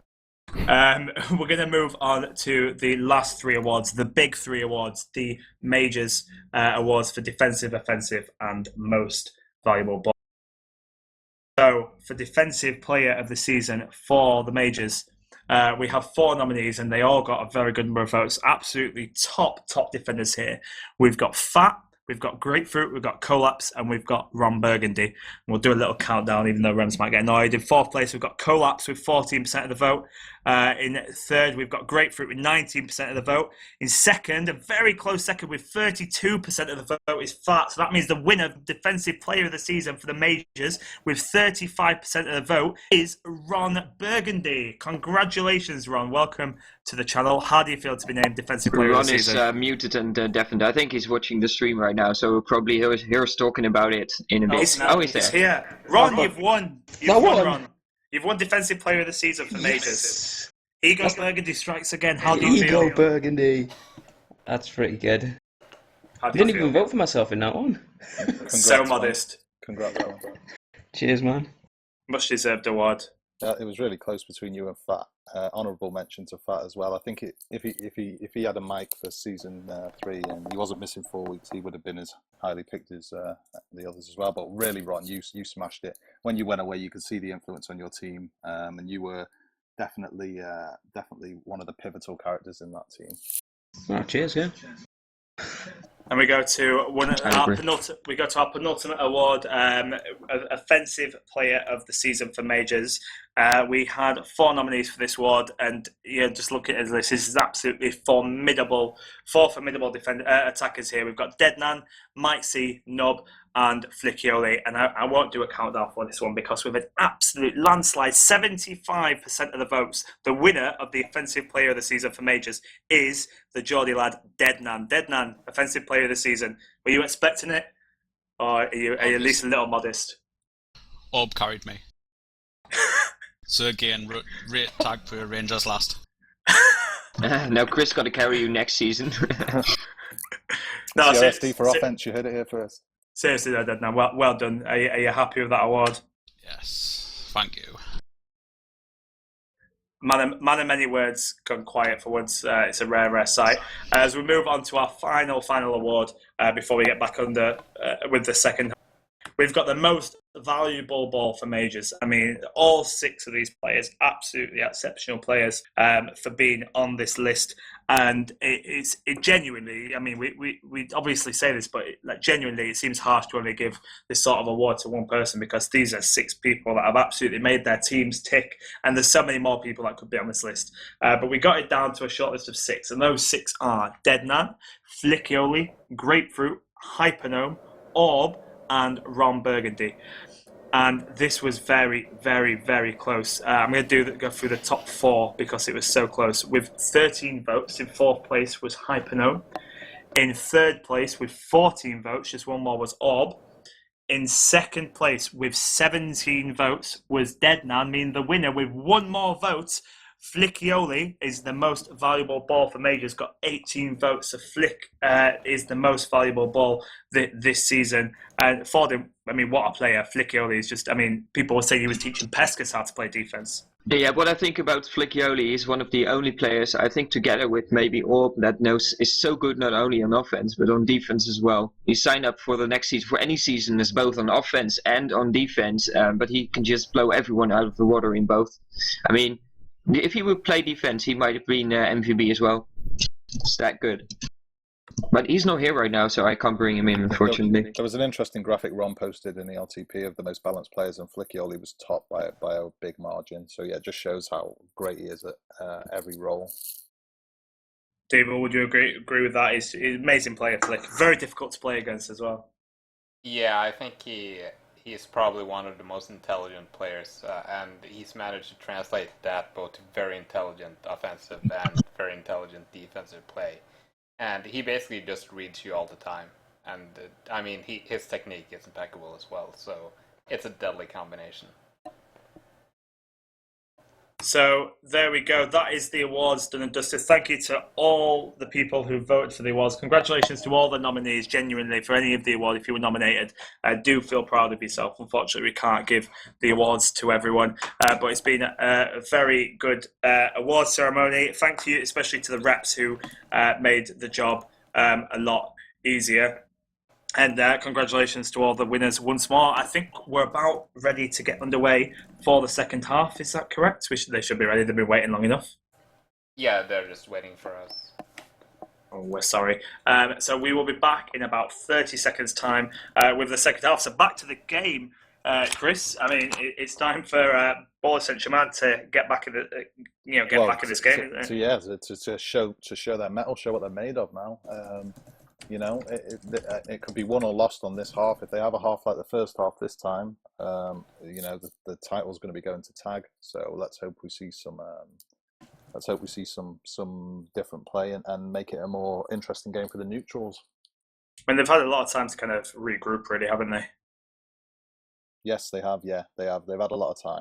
They've probably gone over a few strats and stuff, and hopefully, as I say, for me, I'd like to see a more open game. I'd like to see it closer. And again, as a neutral, I'd love to see it go to overtime, just to hear you go crazy, McDonald. Especially like in the last minute. I would really love to see them get there in the last minute of the second half to win by 1 cap or something. I think that would make everyone's day. So yeah, I'm hoping for that. If someone in the streaming room could give me the group link, that would be much appreciated. And then I can actually see what's going on. Thank you, Rems.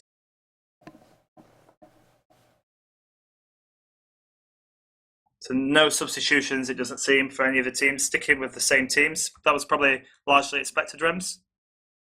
Yeah, I mean, for Tagenham, I wouldn't change what works, to be fair.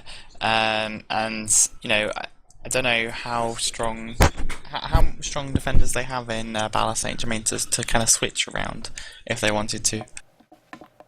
Yeah, that'd be the only position they'd probably consider switching, but I don't think. I think if Newcott had an even half decent ping, he'd probably be playing himself. But yeah, I think they're going to stick with who's already kind of been put in the fire, and they're just going to hope for a more assured showing in this second game. So a quick reminder for you, whilst the stream is live, sign-ups for Season 3 close at midnight tonight. So do sign up for Season 3 if you want to be part of this wonderful league for next season. Noodles is just be right back, so we a slightly delay to the second half. But considering the awards and how many stoppages we can possibly have, I think we're ticking along nicely, Rems. Are we doing well enough? Just about. Ideally, we'd start in a second, but we'll just wait for them to come back. Yeah, we should probably wait for the players. It'd be a bit harsh to just click go. Mike C saying that BSG are ready. Still waiting to hear from Tagenham, but we will be underway shortly. Tagenham going to start in the red. They are ready. They're in the red, going from left to right with Mike C. BSG in the blue, going from right to left. We are going to be underway any second now. And as I get my screen ready, I think Chris will talk you through the power-ups that become available. Obviously, power-ups are going to be a key thing, like they are in most games. But there are such a lot on offer that sometimes they can cancel each other out, can't they, really? Well, yeah, they're always crucial, though, in any game. Games are won and lost on power-ups, arguably, so they're always a crucial thing. And it's 5 again, McDonald. And as we can see, Tagenham have a Juke Juice in base, and the Ballis have a Tag Pro in base. Top middle is a Juke Juice, and bottom middle is another Tag Pro. So it'll be interesting. Looks like Ballis will have the advantage with the Tag Pro in base initially, but we'll see how they get on with it. And we're underway. So Nero picking up that Tag Pro and going straight to the bottom, but Dundee gets the win at the bottom. They go past each other without kissing, so they are going to be used. Mike C's picked up a Juke Juice from the middle, and Pooh is still in base. Not sure what happened to him there, but that could prove costly. He goes through the top, and Mike C yet to grab. Nero trying to take people out, but not managed to take anyone out yet.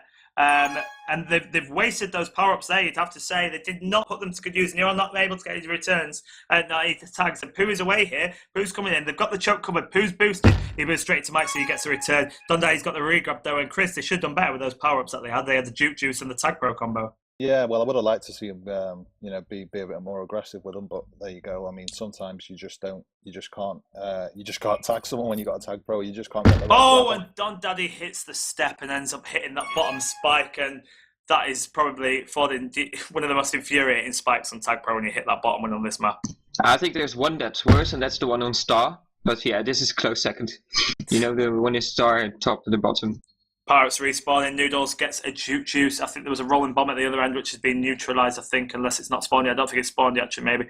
There's a Tag Pro middle, which Nerol's going to get. So good power-ups there. It's 5-3 overall. And Nerol has got a Juke Juice, which should help him use that Tag Pro more efficiently. He's coming to help Mike. He's been blocked out a little bit. Mike's biding his time. Nerol's there now. He takes out Wilson. He's going to try and take out U, and he misses U. Mike C just escapes through the top. He's coming in. Don Daddy's at the other end, but he's been blocked by Baz and Noodles. Pooh's going to boost up now. He chooses not to boost. Don Daddy grabs and gets away. What a risky grab, but he was brilliant by Don Daddy. He does get away and prevents BSG from getting their cut. Remember, BSG need this so badly. They have to win. A draw is not enough. Don Daddy gets returned. Nerol is away here, though. But who's going to get the return on him? He doesn't. That's left Pooh coming away through the top. Pooh's coming through the top. Noodles is blocked by Don Daddy. Mike C's not going to get there. Noodles is forced to grab. Noodles grabs. He goes to the bomb. Doesn't get the bomb. And Pooh caps there. I'm not sure how BSG ended up with that positioning, but they take a 1-0 lead to Tagenham. And that is not what BSG needed. They need to cap so badly. But they could do here if they get the return on Wilson. They get the return on Wilson. Mike C doesn't cap straight away, but it hits back and they've found their feet again, and it's 1-1. And what a dramatic start to this game, Chris. Oh, that was crazy. Yeah, definitely. What a start. I mean, I don't know how Noodles managed to get blocked where he got blocked for the first cap. I thought he was going to wriggle out and get button. He was only one-on-one. I would have thought he could have wriggled out. But again, a great cap by Tag, and then a great response by BSG as well. So yeah, they did well there for them to come back, didn't they, and hit back immediately. Yeah, I think it's really what they needed as well. And I hope that, still hope that BSG is going to win this sorry one. to cut you off, though. Don Daddy's coming in here. He's only got 1 to beat, and 2 end up with a face full of spike. Mike C's got a hell of a lot to do, and he's not going to do it. He's got blocked out, and Don Daddy caps as Baz and Nero gave chase. One of them got bombed into a spike, and the other hit the spike going through the middle, and it ultimately cost them as Mike C had 2 blockers. And a 2-1 lead for Tagenham, and that's not what they need. But Mike C has got a Tag Pro on offense. Pooh's trying to come through the top. No one's going to chase him yet, though. Someone needs to chase him. He's sat in the middle. Noodles has grabbed bombs through the top. I think they're going to kiss. Noodles tries not to kiss, but Pooh goes for it. Mike C left for the root grab, but he's got a Tag Pro, so he's not wanting to grab with that, trying to wait for someone. Oh, there's 4 Tag Pros in play at the minute. Mike C, Nero, Baz, Don Daddy, 3 Tag Pros for Tagenham. Baz and Nero both going offense, leaving 1 player at the back, the only player with that Tag Pro. Sheer madness. Noodles needs to hold up Don Daddy. Mike C grabs, he gets returned. Baz takes out a player. Nero's there. Nero decides to grab. Baz going to try and give him support, but I think that Tag Pro's going to run out. But he boosts up. Who's going to get the button, and who returns them both? And again, poor decision making by BSG there, arguably not going their way, and they need to use the power-ups a little bit better, Rebs, would you say? They do. I mean, if they want to get back into this game and actually, take it to overtime, they're really going to have to pick up their, get the power-ups, take control of them, make use of them. I mean, they've had 11 power-ups so far compared to 5. They've had 6 Tag Pros compared to the 2 of Tagenham, and somehow they are losing. I mean, it's 3 now as who picks up that one, but when you've got that many Tag Pros, right, you really shouldn't be 2-1 down. No, you shouldn't. They just haven't made it work for them so far. I think, though, that you saw Free go on offense a minute ago when they managed to grab 2 Tag Pros. I think we're going to see more and more strats like that. It's all or nothing for BSG at the moment, and they need to pull something off. And they're only down by 1 at the minute, but remember, they have to win. A draw is not enough for them. As Don Daddy's got a Tag Pro, he's going to take out Noodles, and Pooh's going to get away bottom, but he's ahead of 2. Mike C Nero at the other end. They come to choke, and they're waiting on the choke. There's no power-ups on defense to help them, but we've seen what Pooh can do from this position. He boosts left, he's going to do it there! He's boosted left, they didn't have the boost angle scummer, and that's 3-1 to Tagenham, and that could be the ELTP title. Don Daddy's got away here, and there's another flaccid, terrible decision-making, no need to grab there. Don Daddy's coming in, he could absolutely run side the wood. He's past Noodles, he's got Mike C to beat, and he's capped, and that's going to be it for Tagenham. They're 4-1 up. Is there any way back for BSG? I don't see it. And Tagenham, with it, we've still got 14 minutes, 40 seconds left to play. But even with all that time left, surely that is it for BSG. And Tagenham and Rektbridge are going to be taking the ELTP title for Season 2. Am I right, Chris, or is there a way back? I mean, I can't see a way back at the minute. As much as I'd like to, at the moment, I just can't see it. But again, I'd love to be proved wrong.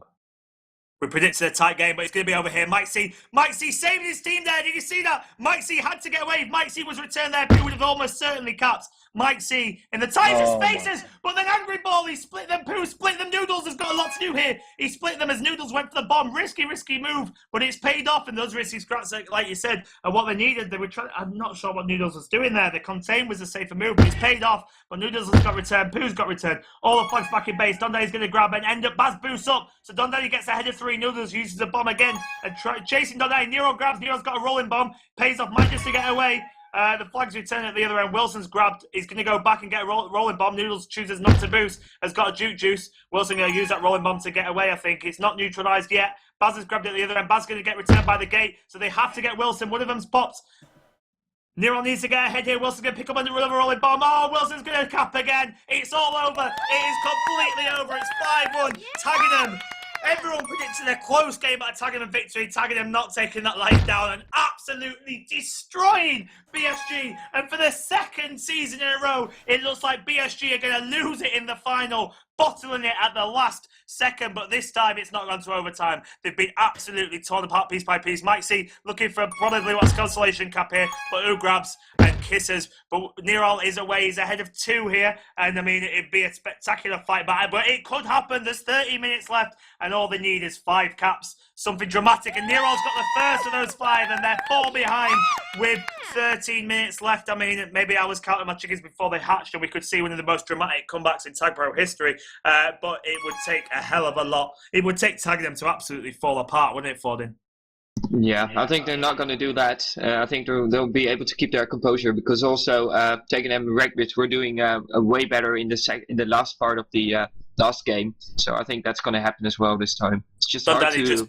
Dundee just biding his time outside the base here. Noodles and Nero containing him, but Wilson boosts one out of the way, but Noodles going to get the return at the other end. Baz is coming on offense with that tag pro. That's the kind of strategies they need. They've got 3 in offense at the minute. No one at the back, actually, as Noodles tries to get there. Baz grabs with the tag pro. Not the best decision there. Let's see if Mikesy can get past Wilson, who is away. If Mikesy gets returned here, he's probably all over already, but Mikesy... He's returned, but Nero at the other end, he grabs. He's probably going to go for the kiss. He doesn't go for the kiss. Oh, he needs that kiss badly. It's going to end in tears here if he doesn't get away. Nero being closed down by Wilson. The tag pro spawns, but they get the return of the other end. Wilson, Nero tries to head top. He fakes for it. Dundee takes the bait, and that's left Nero away. And Nero is actually away here. Is this the start of the fight back? Noodles has got a tag pro. He's going to try and kiss with Wilson. Nero moves in. He moves straight into Wilson. The worst decision making ever, and it could cost them so dearly. What was that about? Baz is away through the top. He's stuck in the tunnel at the minute, and Pooh is down on the left-hand side, but they should have capped there, Chris. Oh, yeah, they should. I don't even know what to say at the moment. Like, sorry to cut you off, Mike. He's grabbed no more, but Nero with a nice snipe gets the return. Nero with the regrab, though. He's going to be stopped by Wilson, and Dundee's away at the bottom. He's only got 1 to beat, but Wilson's got a tag pro. Wilson takes out Baz. Mike's rushing along the top. It's not going to happen, and Tagenham destroy any faint hope of a BSG comeback and take a 6-2 lead. We've still got 10 long, painful minutes for BSG to play. Surely what is a hopeless cause? I mean, we hope more than anyone is a neutral that it's not. But BSG deemed the baddies, and I'm sure ZRW will be watching the stream and cackling to himself as Tagenham absolutely decimate BSG after what happened in the semi-final. But they really should have capped there to make it 5-3, I think. Yeah, they definitely should have. As I was going to say, I mean, if there was an example of how to not play Geo Koala, I think we're watching BSG do it right now.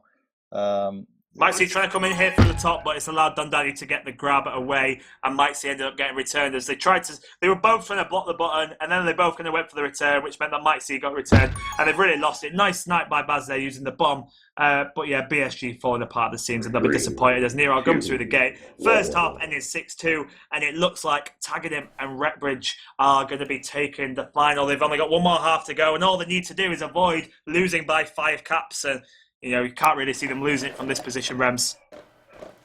I can't unless I suddenly invalidate lots of caps. I think it's going to be a Tagenham win. And what interestingly, 21 power-ups to 17. They had better power-up control, did BSG, and got decimated. I mean, people have been commenting, like Baz has been overcommitting. He's been trying to use the bomb to go into the tunnel as well, and it's just not been succeeding.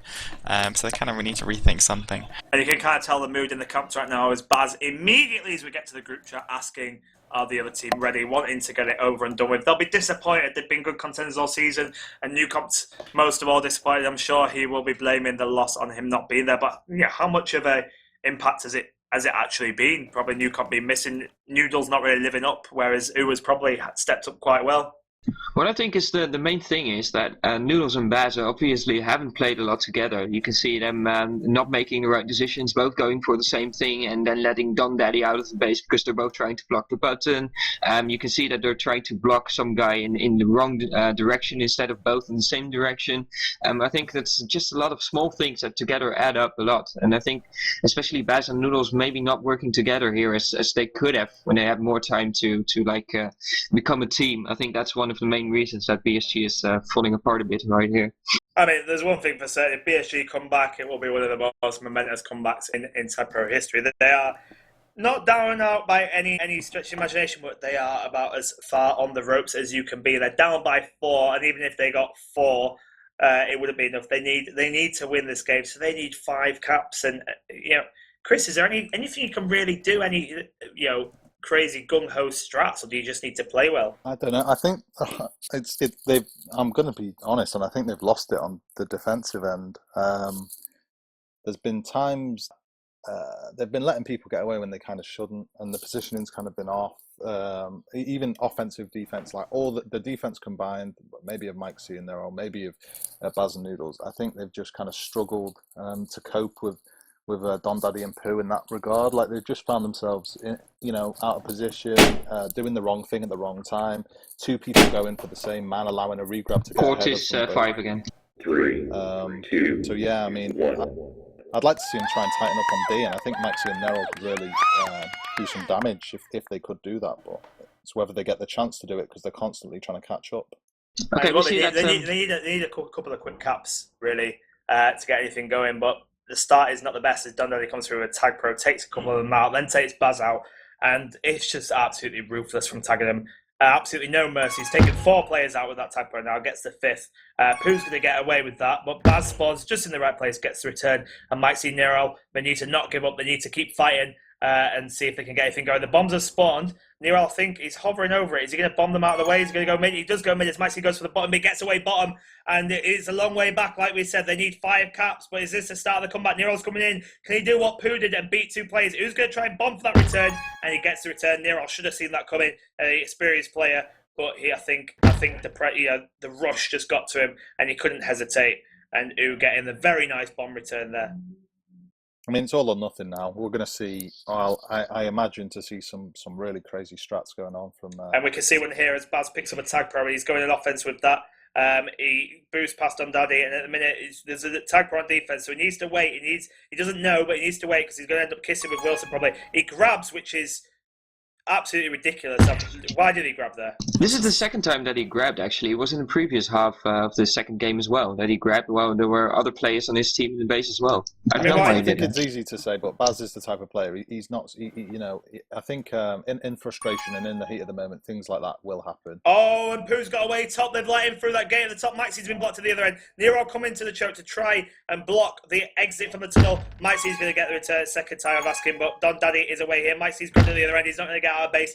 Nero needs to just keep his composure and not let it get any more embarrassing, but Don Daddy's coming in here. Don Daddy's only got 1 to beat. Nero's been blocked off. He boots against the back wall. It's going to be a cap, and Tagenham absolutely no mercy. Steamrolling BSG here, and this is absolutely probably one of the heaviest defeats ELTP has ever seen on Geo Koala.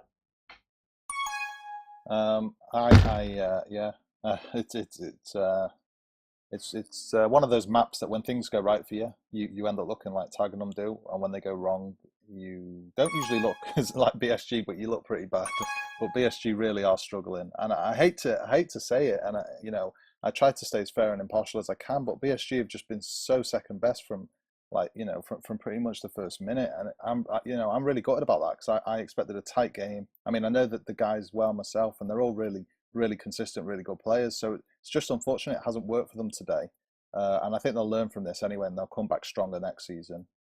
I don't want to blame someone, but do we think that maybe Noodles is the weak link here? I think he's a good minus player, but maybe he's not up to the majors. I mean, all the other players on the Tagenham's team are pretty good majors players. What do you think about that? Maybe it's more that it's less him as an individual. It's more just about the team. I mean, there's good players that just don't work together as a team, and maybe Baz and Noodles just don't have the same chemistry that they perhaps need. I mean, yeah, New Compton Baz, I would say, are arguably the best pair defending on this map. They're right up there with any pair of defenders you could possibly put down to defend on GeoKoala. They are really, really, really good on this map. They're like uniform discipline. They're just so good. And it's very rare to see a mistake from them. So I don't, again, I don't want to point the finger. Maybe it is a lack of experience on Noodle's part, but they obviously believe in him. He is obviously the best man for the job, and he's done well to get to this point, and he is playing in the final regardless. So he's not that he can't be. Maybe it's just as you say. Maybe it's just that the teamwork. I think it could be more due to the teamwork, but again, BSG really are looking second best at the moment. Yeah, and they've lost it on power-up control as well. It's currently 11 power-ups for Tagenham and just the 5. 12, 13, now 13 power-ups compared to 5. And clearly the fight, I mean, when you're losing like this, I mean, the way that you track power-ups, you don't really have the... People do lose kind of like the momentum to kind of think about power-ups and things, don't they? Yeah, you do. You lose that whole train of thought, really. I mean, I can't even imagine being in such a high stakes game and facing this kind of deficit. It would be horrible. I can't even imagine what would be going through my head at the time. Unfortunately for the neutrals, I mean, they've never really been in it from the start. I mean, we were talking about BSG, that they've been poor, but I mean, by the way, did you see Wilson killing Mike C there? That was absolutely fabulous. He used the bomb to kill Mike C, who just came through the middle of the choke point. And it just gets worse and worse. Just toying with them now. But I mean, how much of it has been Tagenham being good? I mean, Pooh and Don Daddy have been brilliant. And I think what we've got to remember about Tagenham is they haven't got their captain, they haven't got their first choice defender, they're missing Hypernome, and they're still cruising. And although BSG don't either, I think a lot of plaudits has to go to U because he's really, really showed his stuff. He really looks good. I mean, I've always thought he was, I think he's a really, really great player. He can play both roles really well. And I think he's really carried his weight on defence for Tagenham this game. I mean, can you imagine what it'd be like for the two captains right now? Is Pooh's coming in here actually could rub further salt in the wound. Only one so far, but neither team playing like they really need to win. He's going to come in here, Pooh. He splits them, and once again, I mean, 3 exceptional cuts by Pooh today. That was amazing blocking. Absolutely blocking was fantastic. Amazing blocking there to split them and be able to get through. And the Dukes, I mean, yeah, there's been 3 caps that have been like that today, and that all by Pooh. With great blocking from the defenders. They've been exceptional, haven't they? They have, yeah. I mean, yeah, definitely. The Tagenham team have not looked like they haven't missed a beat all through the. They've never really had a moment. They haven't had and I don't know how to describe it, but I've seen no shocking play from them. Again, I don't like saying it, but BSG just things just haven't gone their way. Things haven't gone right, and they've just had a. And Donna's coming in here again, and it's going to be another cap, and it is a case of salt in the wound now as Pooh's coming in. No one's blocking the gate, no one's going for the button yet, and Pooh's going to roll through for the easiest of caps, which should never have happened. But the fight has absolutely gone. What's the aggregate score now? Is it 10-2? I think it's 10-2, yeah. 10-2. 10 caps on GeoKoala. I mean, it's a high-scoring game, isn't it? I mean, and this is not a map that you typically see such high scores. Nero's away now that he's ahead of some, unless they get through. He's just who's going to block him off? But no, Nero chooses not to boost. He's coming in. This could be a constellation cap, but he needs to go. Pooh's coming up behind him. He's going to bomb him out of the way. Bombs Utu into a spike. Very nice.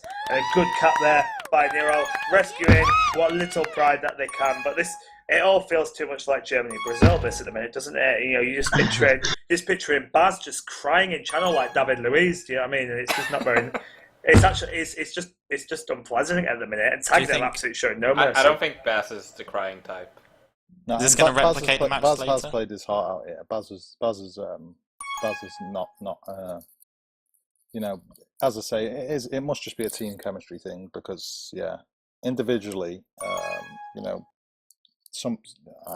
They've done well. BSG to me individually, they've had some good individual moments, but Right now it seems that BSG, in order to get more caps, are playing a 4D, 4-0 strat. 4-0, yeah. Maybe 4D might have served them better at the start, but it is unfortunate. BSG, they have been a very good team all season, and obviously having that, that starting lineup, as I think they've given up now, as Nero just boosts in for the most flaccid of caps, and they've really, I think they've lost it now. They've kind of lost the pride, and they're not even playing for pride anymore. They're just leaving the flag in base.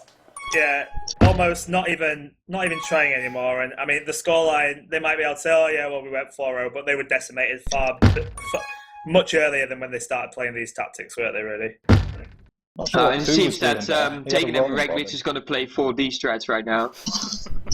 And Noodles is coming on with the Tag Pro. Yeah, I think it's 4D versus 4-0. Just maybe give the crowd a little bit of entertainment because we've not seen a close game. But as we wild down to the last minutes, people not really care about the stats. But I'm sure Wilson and U will be loving it at the minute. This kind of players. But Noodles is coming with a Tag Pro, can really mess up a 4D.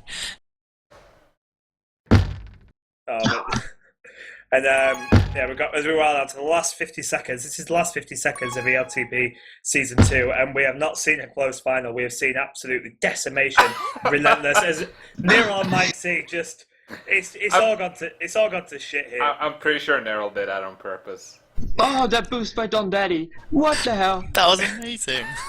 And just the showboating, the tomfoolery is all coming out now, as it's been long and done dusted this game. And Hypo and Ucomp, the two captains sitting on watching, contrasted emotions. I mean, to be able to sit and watch your team get decimated must be so hard. But at the same time, when you choose not to play yourself and then you end up, watching your team, Hypo must be thrilled right now.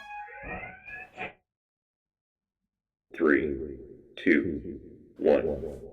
So, as we finish with a kiss in the top tunnel, 5-1 in this half, giving an 11-3 lead overall for the last game. So that confirms it, that Tagenham and Rektbridge, arguably the best name in ELTP Season 2, are also the champions of ELTP Season 2, with BSG coming good runners-up, but not up to it in the final. So, Chris, your immediate thoughts? It was a great final, not as we expected, but I think Tagenham were deserved winners. Commiserations to BSG. They did really well to get to the final, and unfortunately they fell at the last hurdle. But yeah, Tagenham showed that they were the more superior team on the day, and they never looked like it was going to be a struggle for them from the get-go, really. So yeah, they deserve to win, and congratulations. And the Evil just absolutely steamrolled them, didn't they? Yeah, I mean, it really became clear pretty early on who was the better team, and it just didn't seem like BSG had any cards up their sleeve. I mean, personally, if I was Newcomb, or I think Mike C was captaining now, if I was him, I would have considered just trying to play Dusty and maybe put Mike C down on defense or take out Nerol or something, just to mix things up and see if that had worked, because Dusty is a really solid player that I'm kind of sad didn't get to see his chance in this game, because Mike C and Nerol were not working well together on offense, and their offense and defense were not good, and I think they could have used a shake up there. But I mean, all credit to Tagenham and Rektbridge, because they just wrecked Ballis and Germain in this game. We've been joined by some of the players to kind of talk through the final. A lot of people in the room right now. We're going to start off with the stand-in captain for the losing team today. So we will go to Mike C. Mike C, commiserations. A painful defeat for you and your team to take. Yeah, I mean, didn't go to the game plan really. They started off really strong in the first game. We sort of came back a bit in the second half, but we couldn't get the caps. And then first half of the second game, they dominated us. And about 3-4 minutes left. We're not going to get 8 caps, so decided to have fun. Which was good spirit at the end. But I mean, we were watching and we were more critical of BSG than we were praise of Tagenham. It just didn't seem like the BSG that we've watched all season. Yeah, I mean, I don't know if something was missing because Newcomb wasn't here. You know, Newcomb's obviously a great player, no matter how controversial he is. But it just didn't seem to click on the day, so no complaints. Well done to Tagenham Rektbridge. They're worthy winners. As we go to Tagenham Rektbridge, we've got a lot of their team in here, all their team. I think everyone's bloody in here. But I mean, we'll start with Don Daddy. Why don't we go to you? I mean, you put your team on the front foot in the first 10 minutes with 4 caps in those first 10 minutes. I mean, you must have been on cloud 9 then. Yeah, it was quite good. It was all pretty much. It was good support offense. And he only got 1 cap, but in the second half he got 3 to make up for it, so it was good. I don't know if Pooh's going to speak to us. I mean, I know from playing with Pooh last season, he normally only talks in the team channel, but Pooh said it was good. I mean, Pooh, there was 3 caps that you did that were just, it had everyone screaming in the commentary box because, I mean, Chris, they were amazing, weren't they? Oh yeah, definitely. Like the blocks, like from Tagenham was supreme, and the caps were even more unreal. Like just squeezing through those little 1 square gaps that you get. I think there was a number of caps you guys just absolutely killed it. I mean, without Wilson and there, you know, who knows if it was another 2 defenders whether you would have squeezed those type of caps in. But everyone played really well. It's a great team performance from you guys, and yeah, fantastic.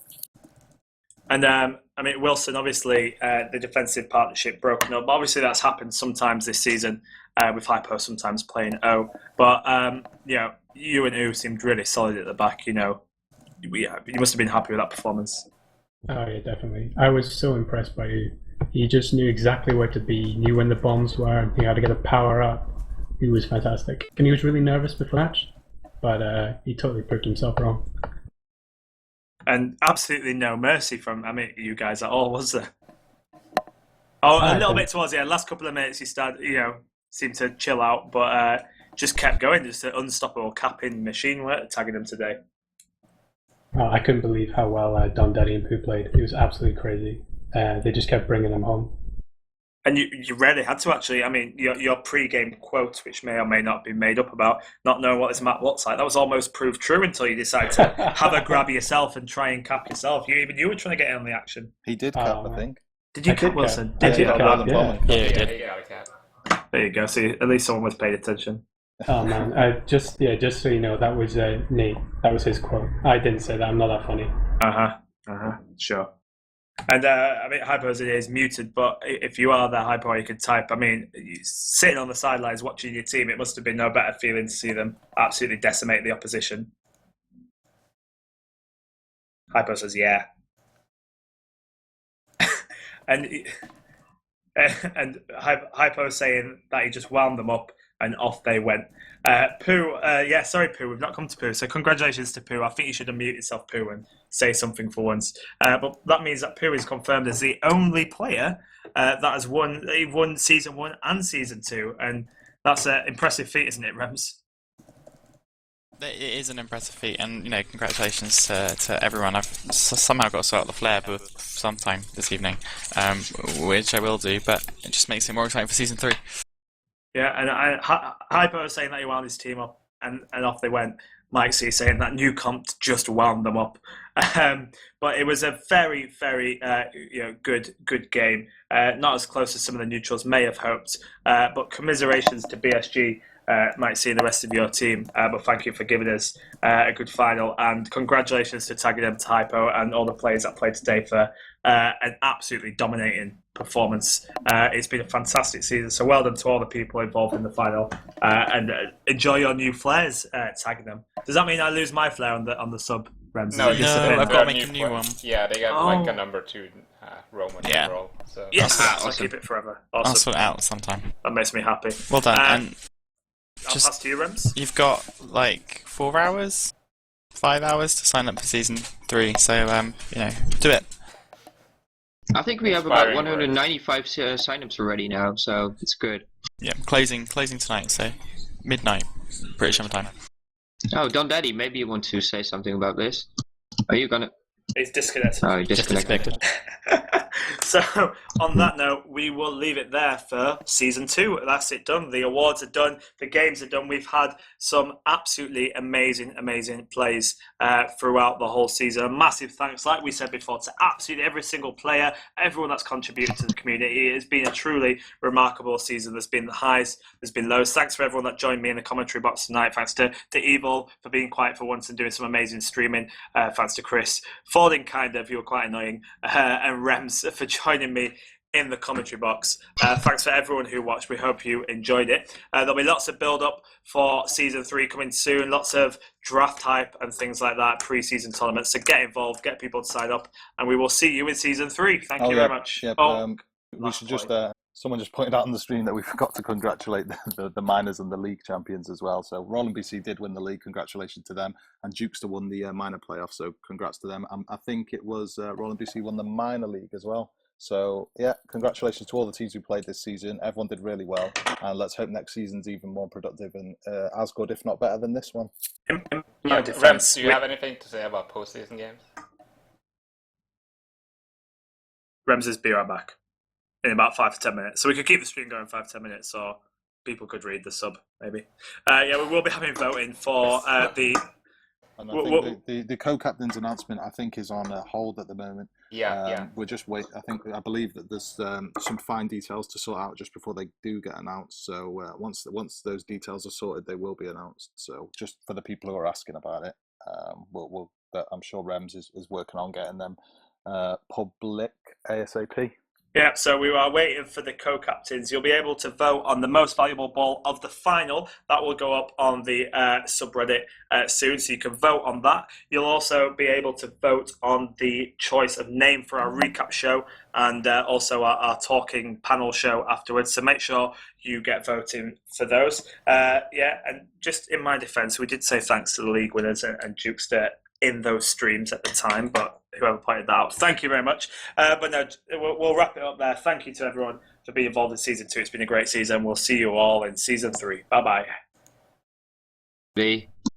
And to wrap up all that, I will leave you with a few final words for the season.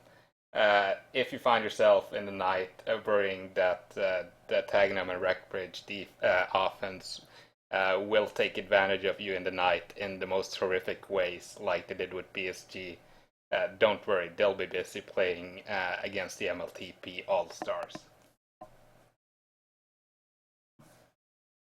And we'll be seeing you.